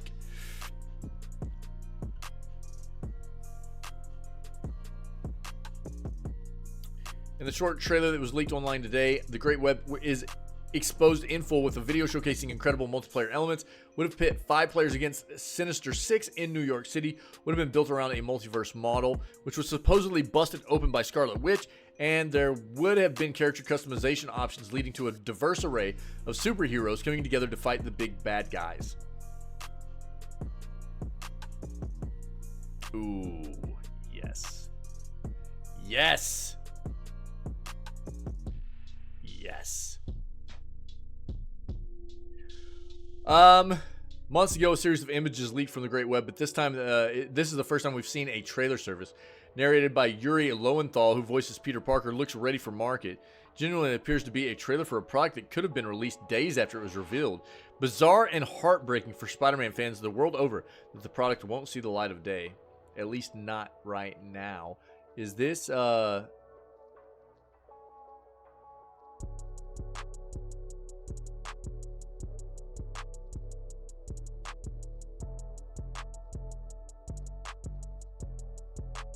Dude, I wonder if we'll get DMCA'd for this.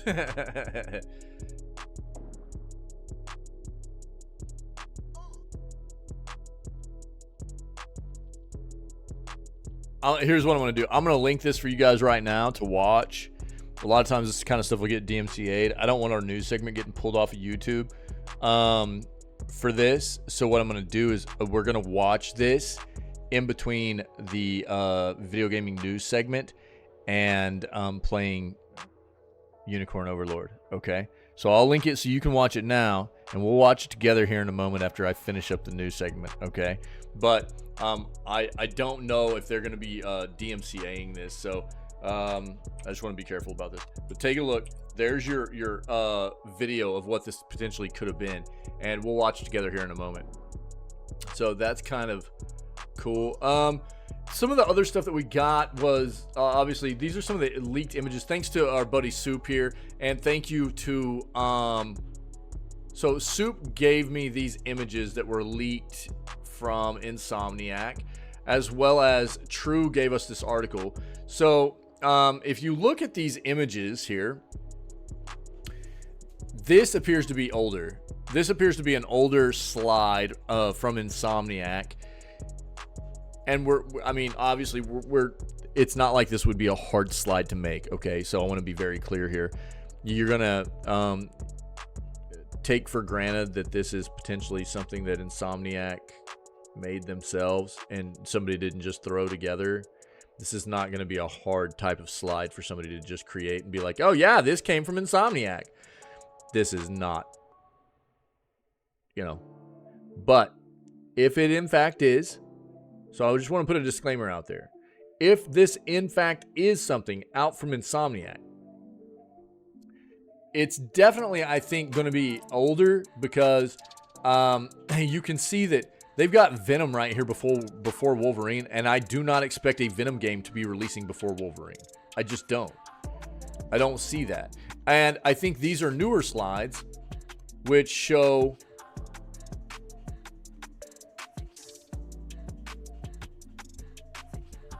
This is supposed to be the only recent one. Wait, what?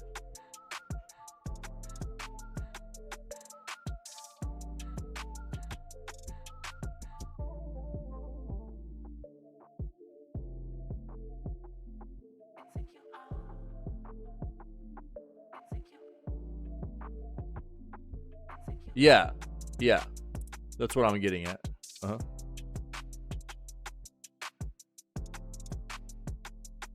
If I'm gathering that the right way. I mean, we're gonna read this article. I mean, maybe it is. I mean, this is at least the way I was seeing this in the first place. This is what has me confused. Okay. Well, yeah. We know that 2024 to 2025 is empty for Insomniac. PlayStation's told us that.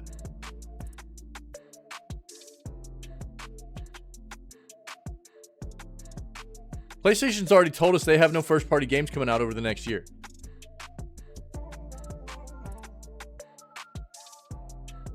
Which would mean they don't have anything coming from Insomniac. Right? Insomniac is a first-party studio under PlayStation. PlayStation has been very vocal about the fact that people should not be expecting anything big first-party coming out from underneath them for the next year. So, we know that. Yeah. So, this is what has me confused because of these images we're seeing, right? I mean, obviously, these contrast one another here. And this says, obviously... where was that? I guess it wasn't on that one. If you look at this, and again, I mean, we're under the impression that these are legitimate slides out from underneath Insomniac, but we don't know that for a fact. I can't confirm that. Right? I don't think anybody here can confirm that. But we're going to move forward under the impression that these are, while also kind of taking it with a grain of salt that they potentially are not. And if you look at, see, I mean, look at fiscal year 25 here. You see how much they're anticipating for their annual sales and stuff? It's way down. It's because they're not releasing anything. Fiscal year 25. Right? But then everything that we've been hearing was that Wolverine's going to be the next big game coming out. We're going to read this article. Just give me a second. I just want to touch on these first, and then we'll come back to these. Hold your horses, Soup. Hold your, what do you mean it's in the articles? These slides are in articles or something like that? That doesn't mean anything. If that's what you mean. But we're going to get to this article. Just give me a second. I want to talk about these first. So, the thing that is obviously a bit contrasting here is you've got Spider-Man 2, which hit, right? And then everything that anybody has been talking about is that Wolverine's the next big one, right? Wolverine's the next big one. That's all that anybody's been talking about. Wolverine will be hitting after Spider-Man 2. That's the next big AAA game that they're working on and everything. And then you see this, and it actually has Venom, which was supposed to be hitting before Wolverine. That's what makes me think that this is an older slide, if this is in fact something out of Insomniac. Because we already know that they're not releasing anything in this year anyways. Fiscal year 2024 to 2025, they're not releasing anything, you know? So let's read this. Wait.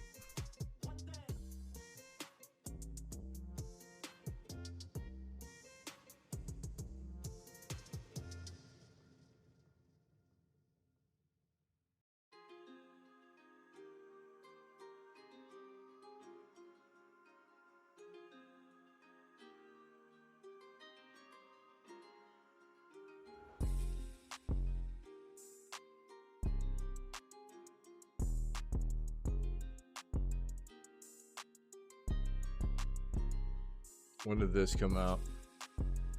When was this even written? Look, dude, this is from December as well, though, and there's this is also, you know, I don't know what to take out of this either. We'll read both of these. We'll read both of these, but this is weird. So let's read this one first. Thanks, True. Thanks, Soup. Marvel's Venom is Insomniac's next game for 2025, followed by, see, look, this is December 19th. Look at this. December 19th, and then the article that Soup just gave me, also December 19th. These are going to be contrasting. Watch this. I don't think anybody... There's a lot of speculation going on right now about what Insomniac's doing, and I'll give you my interpretation of what I think is going to happen, okay? So, I don't like the speculation. I don't like diving into this, just like earlier with the Mass Effect stuff. I don't like it, dude. I don't like the speculation. I don't like doing this. I think that the best thing we can do is wait for Insomniac to give us official information. This is just theory crafting, dude. Okay, look, Soup. How do you know those slides are for sure from Insomniac? I'll go back to exactly what I said before. You can't tell me for a fact those slides are for sure from Insomniac either. You don't know that for a fact. Who's they, dude? Insomniac? We'll talk, but let me read these. Let me read these.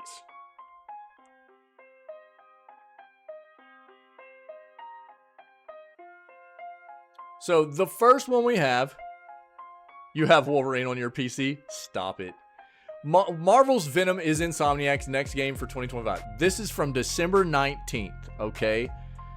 Followed by Marvel's Wolverine and Spider-Man 3 and X-Men. I don't think this is true. I don't think this is correct. Obviously, this is old information. And this is just after all the Insomniac leaks happened, right? So, there was a lot of talk going on at this time about what to take away from the Insomniac hacks and the Insomniac leaks. And I've said it before and I'll say it again. I'm not a fan of these companies being hacked. I'm not a fan of these companies being data mined. I don't think it's healthy for the industry, you know, especially the better companies, for us to be just constantly trying to, you know, gain insider information that they're not ready to release to us yet. I don't like it. I don't think it's good. All right? We got onto this topic today, and so I'm going to just take a quick look at this and try and break it down for what I can ascertain from the information we have and give you my impression about what I think is coming from Insomniac. I think Insomniac's a good company. I don't think they deserved this kind of stuff. Yeah, they create good products. I think they do a pretty good job of taking care of their customers. And I don't think they deserve to have this happen. That's what I'll begin this with. And I don't want to be one of these people that feeds this train of theory crafting and trying to get people to try and feeds this kind of plague in the industry of trying to gain information from companies in unethical ways. Right? I don't think it's good. I don't think it's good for the industry as a whole. And I don't like feeding into it at all. So what this says is Marvel's Venom is Insomniac's next game for 2025. I don't think that's true. I don't think that's true. Everything that we've been hearing for so long now is that, and now I'll keep reading and we'll keep trying to ascertain what we can from the information we have here. But I do think the next game coming is Wolverine. From everything that I've read and heard coming from Insomniac, I think the next game coming is Wolverine. Okay? But let's see this. From December 19th of last year, Insomniac Games seems to be going all in with Marvel's licensed games, as many of the studio's next titles will be based on popular comic book properties. It's not necessarily I don't think that should be a surprise to anybody. Seeing as they've been doing Spider-Man, we knew they were doing Wolverine. You know, it definitely looks like they're headed towards just doing a bunch of Marvel games. And we already know that they're doing these on the same timeline, right? They've already confirmed that to us. According to documents that leaked, which we have some of these potential documents that leaked, online following a recent ransomware attack, the next game from the developer will be Marvel's Venom, which will release during fall of 2025. And we can pretty much guarantee that's not happening because PlayStation said not to expect any games over the next year, which, I mean, fall of 2025 could happen because we're only in early 2024 right now, but they basically said not to expect anything over the next year. So it could happen. Fall of 2025 could happen, but I'm not expecting it. It will be a similar in-scope to Spider-Man Miles Morales, with 3 playable characters and a story that will lead into the Spider-Man 3, followed by the already announced Wolverine in the fall of 2026. What is interesting to me about this is how are they pushing out games this fast of this caliber? Some of it's going to be the fact that they already have so many assets built for this universe, right? But normally really good, high budget, high production value, great content AAA games are things that take 4 to 5 years to make.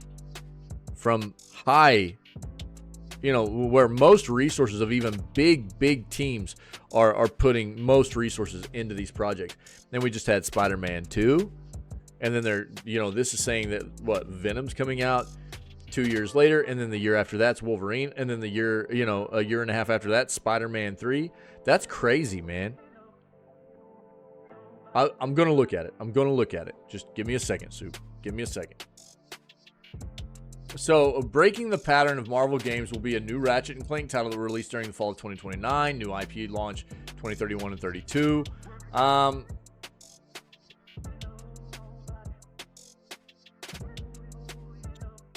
So then the other article that we have from Soup of the same exact publish date of December 19th says this. In the latest round of leaks is accurate. The studio is far from slowing down and is reportedly set to release a total of 6 new games by 2035. Insomniac, Sony's first-party studio, is responsible for smash hits like Marvel's Spider-Man, targeted a devastating ransomware attack last week. Yeah, at the end of the year. Single-player future Insomniac titles. First up, it appears that Insomniac is developing multiple single-player titles for the PS5 based on Marvel IPs and 2 new original IPs. The roadmap posted on Reddit earlier contains mentions of Marvel's Wolverine, set to release in 2025, followed by Spider-Man 3 in 2027, and Marvel's X-Men game expected to come out in 2029. See, look at how contrasting this is, as opposed to what we just read in this, you know? When it comes to Insomniac's original games, the roadmap mentions 2 new IPs set for 2031 and 35, being X-Men 3, and between these 2 titles, Insomniac could also release X-Men 3 in 2033.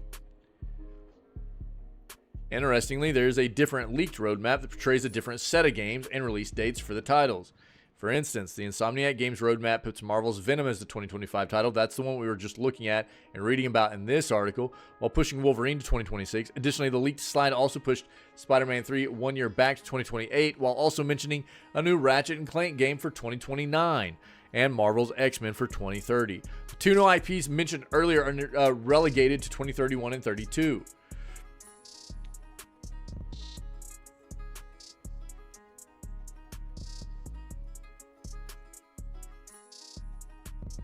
We have this up.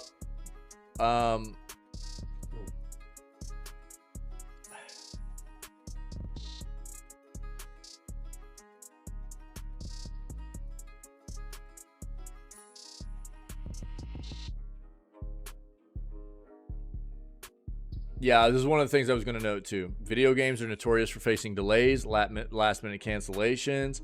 There's all kinds of things, especially when you're talking about something that is as far out as like something like the X-Men game or something like that, that is a potential thing. There, you know, this is going to be very early production for them, right? So it's definitely something that they're getting the ball rolling on, but you have to understand how early in production it is for something like that. And the potential for changes or cancellations or anything of that nature. You have to understand how volatile the industry is with that kind of thing and how easily things can change, right? So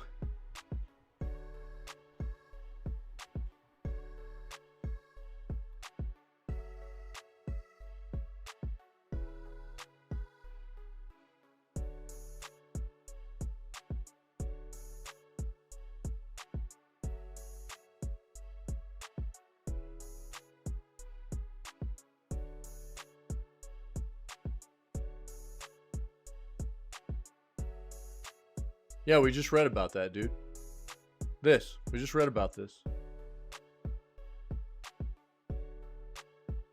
We just read about that. Yeah, we're gonna watch the. We just talked all about this. Yep. I don't know, dude. I have no idea. I don't have any kind of insider knowledge as to why they might have done something like that. It seems like they were quite a ways. Here's the thing. I mean, when you're talking about Sony, you know, and they ousted Jim Ryan, right? Jim Ryan's basically done. He's been done since the end of the year for the most part. He's still sitting there in the CEO slot, but not for much longer. They ousted a bunch of other people that had this big view at pushing a lot of the Sony stuff towards live service, right? And whenever they said, it's like they took this dedicated stance towards eliminating that notion. They got rid of Jim Ryan, a bunch of the other people underneath him, and we're like, we're not doing this live service crap anymore. You know, all this dedicated pivot towards live service under Jim Ryan, they got rid of it. And that's probably where a lot of this got canceled at. You know, didn't really matter in large part if a lot of these live service games as a service kinds of titles that were in development and hadn't been released yet, they probably were just like, kill it, kill it, kill it, kill it, kill it. I think that has a lot to do with it. So I'm not sure exactly, but it seems like that could have been part of it. So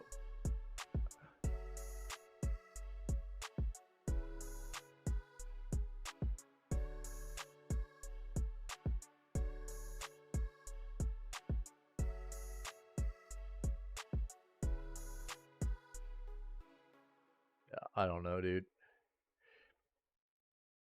It's hard to know what to take away from this, dude. It really is.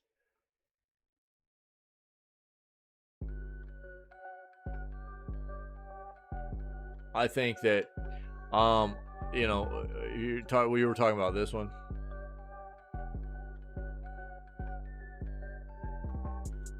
No.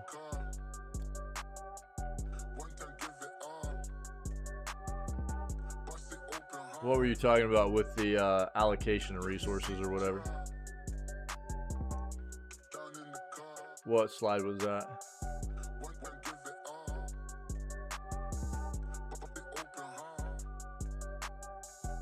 Where was that at?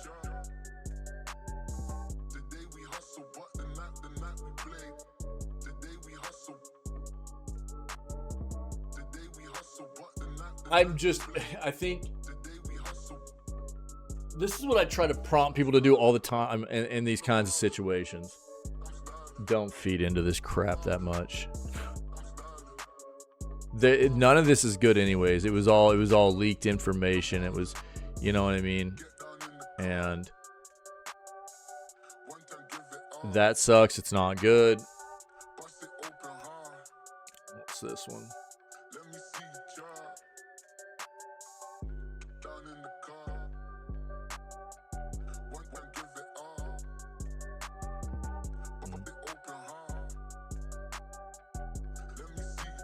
That's kind of a cool breakdown, though. Yeah, that's a neat breakdown. Again, I mean, look, I think, you know, you don't get it. What do you mean?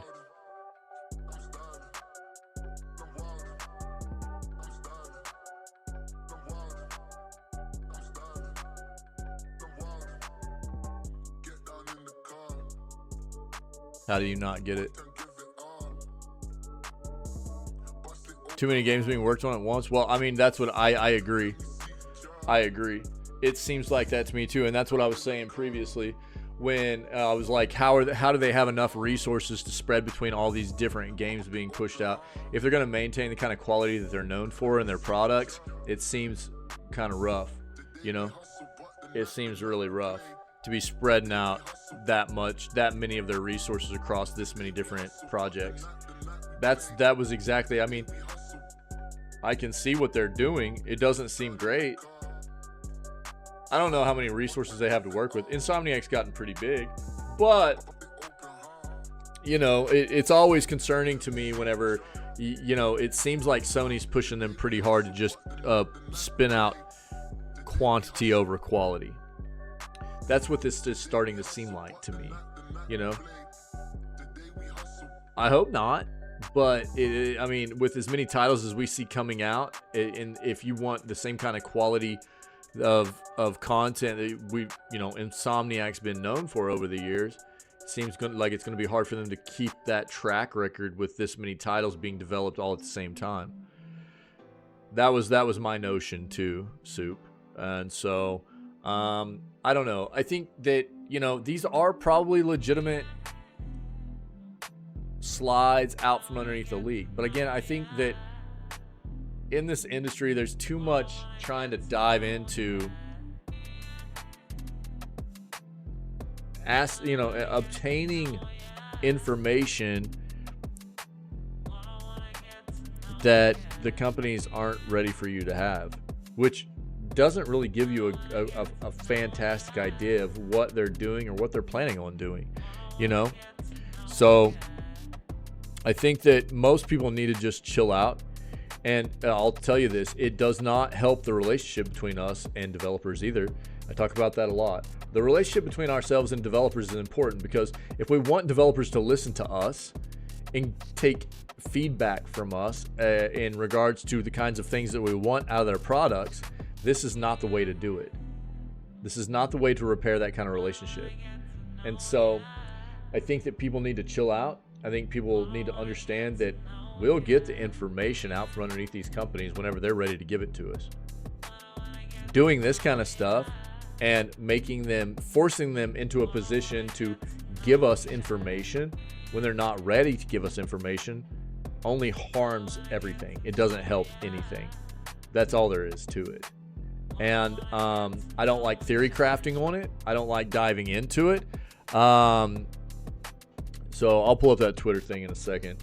And I don't think it's a good thing, dude, all the way around. I think that, you know, these development companies are under enough pressure as it is to continually produce great content for us, and especially the good companies that continually do good by us with products and stuff don't deserve this kind of thing. And we need to give them their space, and we need to let them bring us the information when they're ready to give us the information, instead of forcing their hand, pushing them into a corner, and making everything more difficult on them than it already is. It's a terrible situation for us to put them in. It's not good. I don't like doing this. I don't like this, man. Yeah, but also, I mean, if you look at the amount of resources they're putting into Ratchet, it kind of makes sense too, dude. Like, look at this. They're putting so many resources into their other games that they're just slowly developing Ratchet. So, I mean, what can you expect? I mean, they're stretching out their resources across so many different projects that you can see Ratchet apparently was supposed to be started development in 2023, but the amount of resources they're putting on it are very, very small, because they've got so many resources spread out across so many other projects that it's going to take forever for them to get it done, because they just don't have resources for it, you know? I don't know what else you can expect, really. What's this? Oh, yeah. I'm not going to cover all that. I'm not going to cover all that, dude. I appreciate it, though. I'll leave it up here if anybody wants to take a look at it in the news channel and stuff. Yeah.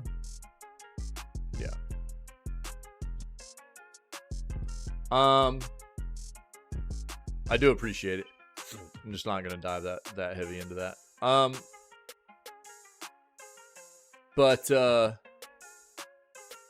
Well, I mean, I think that's the thing. I talk about that all the time. I think that there's something to be said for quality over quantity, man. You know? And it does seem like they're starting to be spread pretty thin. And I'm guessing it's probably Sony doing it to them. You know? Don't want them to turn into Disney Plus? Yeah, I know, dude. I know. I hate that. I hate seeing developers turn into this. But it's not a good look right now. I'll tell you that. It's not a good look.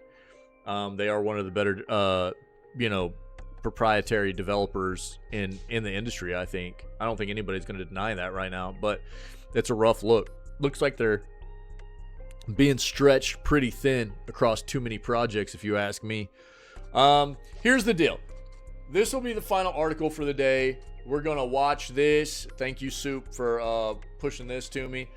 Final preview for Rise of the Ronin. It's 6.5 minutes long. We'll watch this, then we'll sum up this news segment, and we'll get ready to start playing some Unicorn Overlord Day 1 for the rest of the day.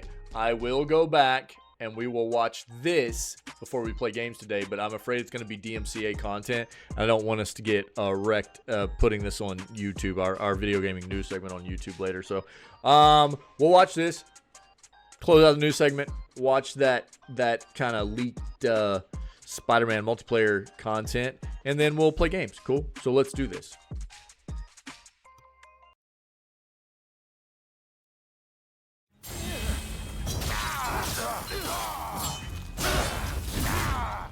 Rise of the Ronin has been a blast so far. While not a graphical stunner like Ghost of Tsushima, I have been very impressed with the depth and sheer number of things to do. The story is compelling and gives you motivation to keep going to see what's next. There's plenty of gear you can acquire to make a stronger build. Characters you meet during your journey will join your crew and fight alongside you. There's a transmogrification system that lets you customize your appearance while also having the best gear possible equipped. Transmog is great. Love transmog. Cats. But more importantly than all that, the core gameplay felt like a mix of the storytelling and exploration in Assassin's Creed 2 with a smidgen of Ninja Gaiden combat and a dash of Dark Souls difficulty. In other words, this recipe seems to be a perfect mix of gameplay ingredients that I've been loving. The main storyline of Rise of Ronin is all about a duo referred to as Blade Twins. In this case, it's believed that the duo are brother and sister who nearly suffered a terrible fate at a young age as their village burned to the ground. Jesus Christ. Instead, they were saved and recruited into the Veiled Edge as Blade Twins. Highly skilled with the sword, Blade Twins train and grow together as they master their skills. One of your first tests of skill has you infiltrating the ship of historical figure Matthew C. Perry to steal a secret message and assassinate Perry after doing so. This section does a good job of showing off a few stealth elements of Ronin and also showcases combat with the footage PlayStation sent us to use for this preview. Combat will require precise timing for counters, and you'll need to pay close attention to your ki gauge, which is basically a stamina meter. Getting hit too much while blocking will deplete your ki, but parrying your opponent or damaging them will result in a loss of their ki. Deplete all their ki, and they'll be left open for a devastating attack. Cats in games always makes you think of The Witcher, is a lot of fun really? in practice, but it's not easy to always hit makes that me think of perfect Stray. timing. Each encounter also allows you the opportunity to use stealth to infiltrate an area, and you can take out a few enemies without being seen. But in almost every situation, there will be higher powered foes that will require you to know the combat basics to defeat them and move forward. So while I built a character with a speech trait that opened up some unique dialogue options for me, there's no escaping those necessary combat beats that Ronin does quite well. Stars play tonight. Let's go. Boston got beat again last night. That's awesome. Just because Boston sucks. Yeah. There were cats in there, right? After this introductory section, Ronin really opens up. Our preview window promised 2 hours of playable content, but it turned out it was much more than that. We were given access to a large open world that included countryside towns and open fields, as well as city spaces with different types of missions located at each. In these sections, you can choose to take on story quests, side quests, customize your longhouse, or play minigames alongside other activities I probably missed. The provided footage we're allowed to use in this preview does a good job of showcasing a smattering of options available to players, but even this feels like it's just a glimpse into what's available, as I haven't even played some of what you're seeing yet. One notable mission in the footage was a story beat where I fought alongside the eccentric Ronin to gain his allegiance in one of the battle missions. In our preview, battle missions allow us to gain ally allegiance as part of core story missions. I really could have used your team to win last night, like to be honest with you. Formidable foes, I was a little bit disappointed in you. And will have an impact on the overall story you wind up experiencing. The main objective in this case was to defeat you guys are playing the Jets. and We needed the Jets to lose. His fate before looting some forged documents that would complete the quest. Really needed the Jets to lose. I could have murdered him right there, but I instead chose to spare Gonzo. Fast forward to the open world section, and I meet a character in the middle of nowhere asking me to deal with a person who swindled him out of money. Who did it turn out to be? Can't win them all, though, you know what I mean? Who is getting into trouble again, even after I spared him earlier. This time, I can finish him for real, or have him join my crew. Had I chosen to kill him off, I would have been rewarded with some loot, but if I didn't, I got an extra helper to fight beside me in the open world. I'll take that over a few trinkets any day. And I discovered these different outcomes because I reloaded my save just to see what would happen had I chosen. Oh, you save scummer. And while I had really been having fun with Rise of the Ronin up until this point, this was the moment that really solidified how much I was liking this game. Great combat, an intriguing story, decisions that matter, tons of stuff to do, and you can pet cats. I'm sold. My what about decision fishing, to spare though? Gonzo would pay off too, because in my No shot at playoffs. Yeah, I think you guys Kira, conceded I now that had definitely 3 at the allies going into play battle or instead of just 2. the trade Myself, deadline. You the know, eccentric Ronin, and you guys Gonzo were really selling. an unstoppable trio ready to take Kira down. And that's just in the opening missions. I am tremendously excited to see who else I can recruit into my group. These were really the core selling missions that off. we got to experience in our preview, But I mean, there's a lot you more guys to have had do. a good run While for running quite a the open while. world, you might come upon towns that are overrun with It's, troublemakers you know, that it's you'll one of need those to dispatch things. to restore It order. happens to every there team are mini eventually. games like and the Gatling gun firearm range that um, was teased in the footage Sony sent over, or the dude, glider mini games you that guys challenge been you to break all the riding that targets floating OV in the train sky. for a long and while time, they didn't man. show much of it in the video that we're allowed to use, there's an entire gear system at play that encourages you to learn different weapons and use tools. Theory like the Craft sub-weapon COD? class that includes things like throwing stars, rifles, bows, and more for combat to get a leg up in battle. Like, what That's kind in of addition piece of to your crap main it'll be? weapons, by Is the that way, which have a smattering of samurai classics.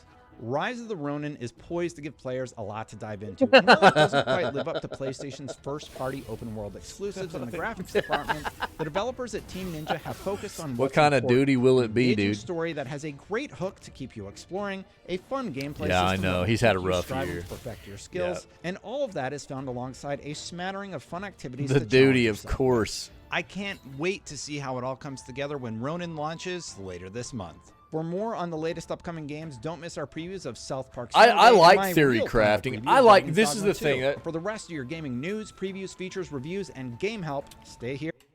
I do enjoy theory crafting. The thing that I don't find to be good is to try and dive into too much speculation and writing off of too much information that was obtained in bad ways. I am very much a proponent of giving developers their space and their time. I want developers to feel like we are on their side. And I feel like most developers don't feel like we're on their side. You know? I feel like most developers feel like, oh, we're almost against them because all we do is try and obtain information from underneath him in malicious ways and things like that. And so it's hard for me to do, you know, because I do enjoy the theory crafting side of things quite often, but I don't like writing off of badly obtained information or maybe misinformation, things like that. I try to be very careful about it. That's the problem I have. You know what I mean? So, I do enjoy a nice theory craft, you know, with a nice cuppa. Nice cup of theory crafting. I do enjoy it. But there's certain things about doing it that I'm not going to be fond of, you know? Yeah, exactly. True. That's what I'm saying. I mean, it all correlates. It all comes together in different ways. And I'm always going to be about trying to promote a healthier industry all the way around. And there's certain things that have to stop. For the industry to be healthier, things have to stop. And so that's why sometimes the theory crafting, like with all this Insomniac stuff, I just wasn't really all about it because a lot of this information that came out was obtained in very malicious, unethical ways. And that's not good, man. You know, it put Insomniac in a very bad place. Put them in a corner. They weren't ready. They didn't want that information to be in our hands. You know what I mean? And so it sucks for everybody to be feeding into that whenever, you know, that's not something they wanted us to have. That doesn't do anything for the relationship between us and them, you know. And I'm not fond of it at all. So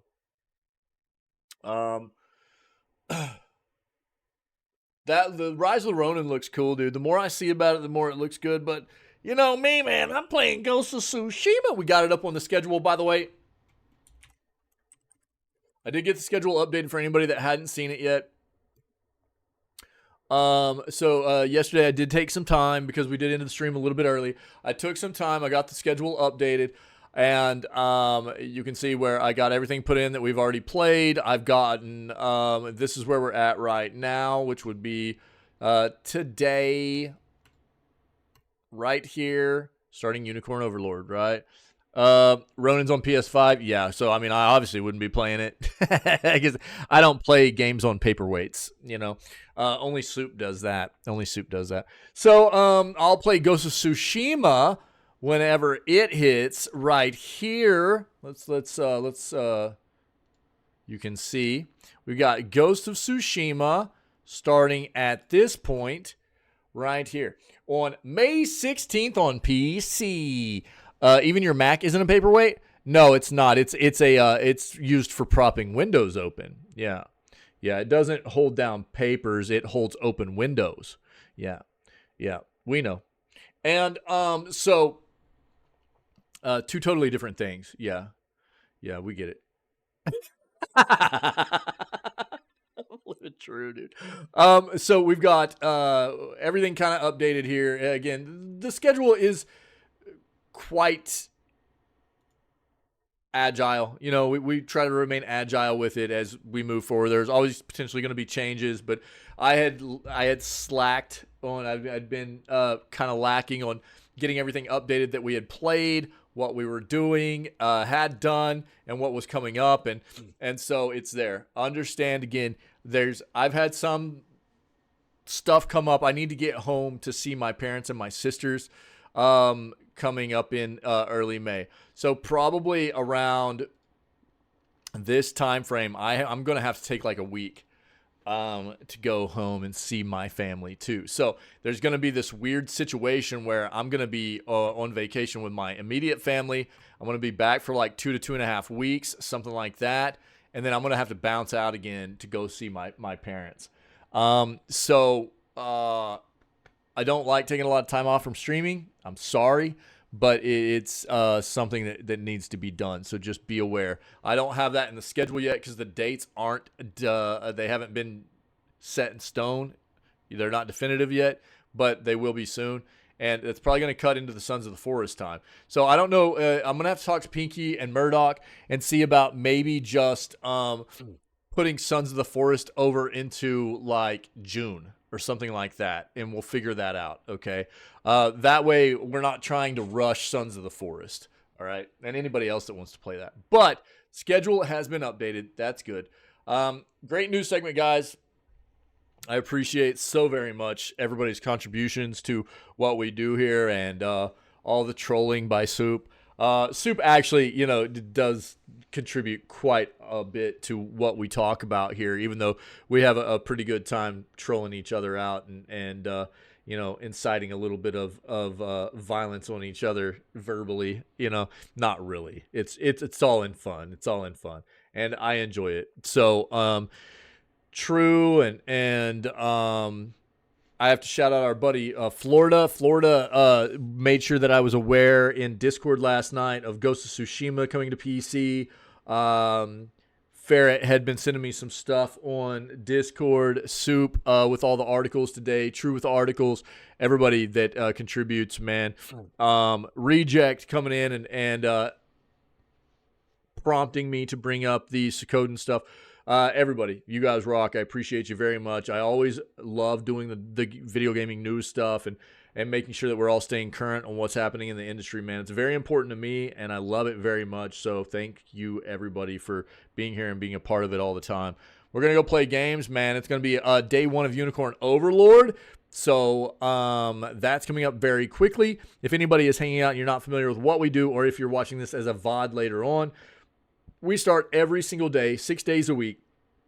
No Wednesday streams, but every other day we start at roughly 6 a.m. CST CDT. That's 7 a.m. Eastern or 4 a.m. Pacific time with video gaming news, trying to stay current on what's happening in the industry all the way around, promote a healthier industry for ourselves as video gaming enthusiasts and consumers, try to lift up these better companies in the industry and shine a light on these companies that are kind of doing us wrong quite often. So if you can dig that, man, come be a part of what we do. We love doing the video gaming news stuff. It's always nice to have more people be a part of it and contribute to what we talk about and discuss here in regards to a lot of these important issues regarding the video gaming industry.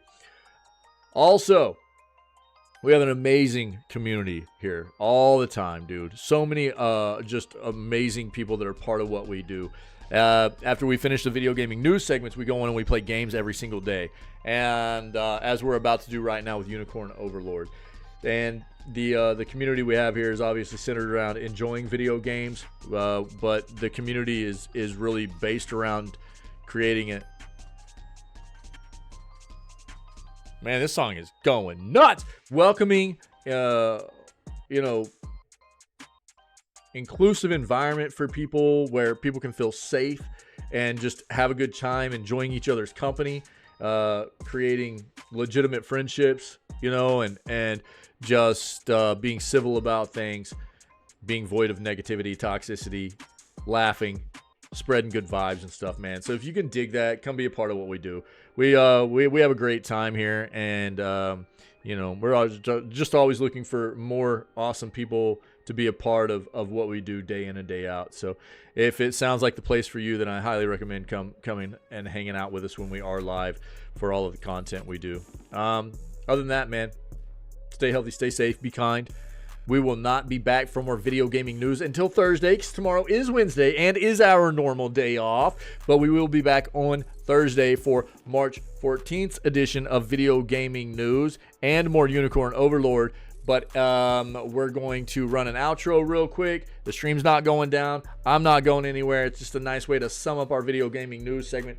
And as soon as the outro is finished, I'll be back up here and we will start getting prepared for day one of Unicorn Overlord. You guys rock. Thank you very much. I'll be right back.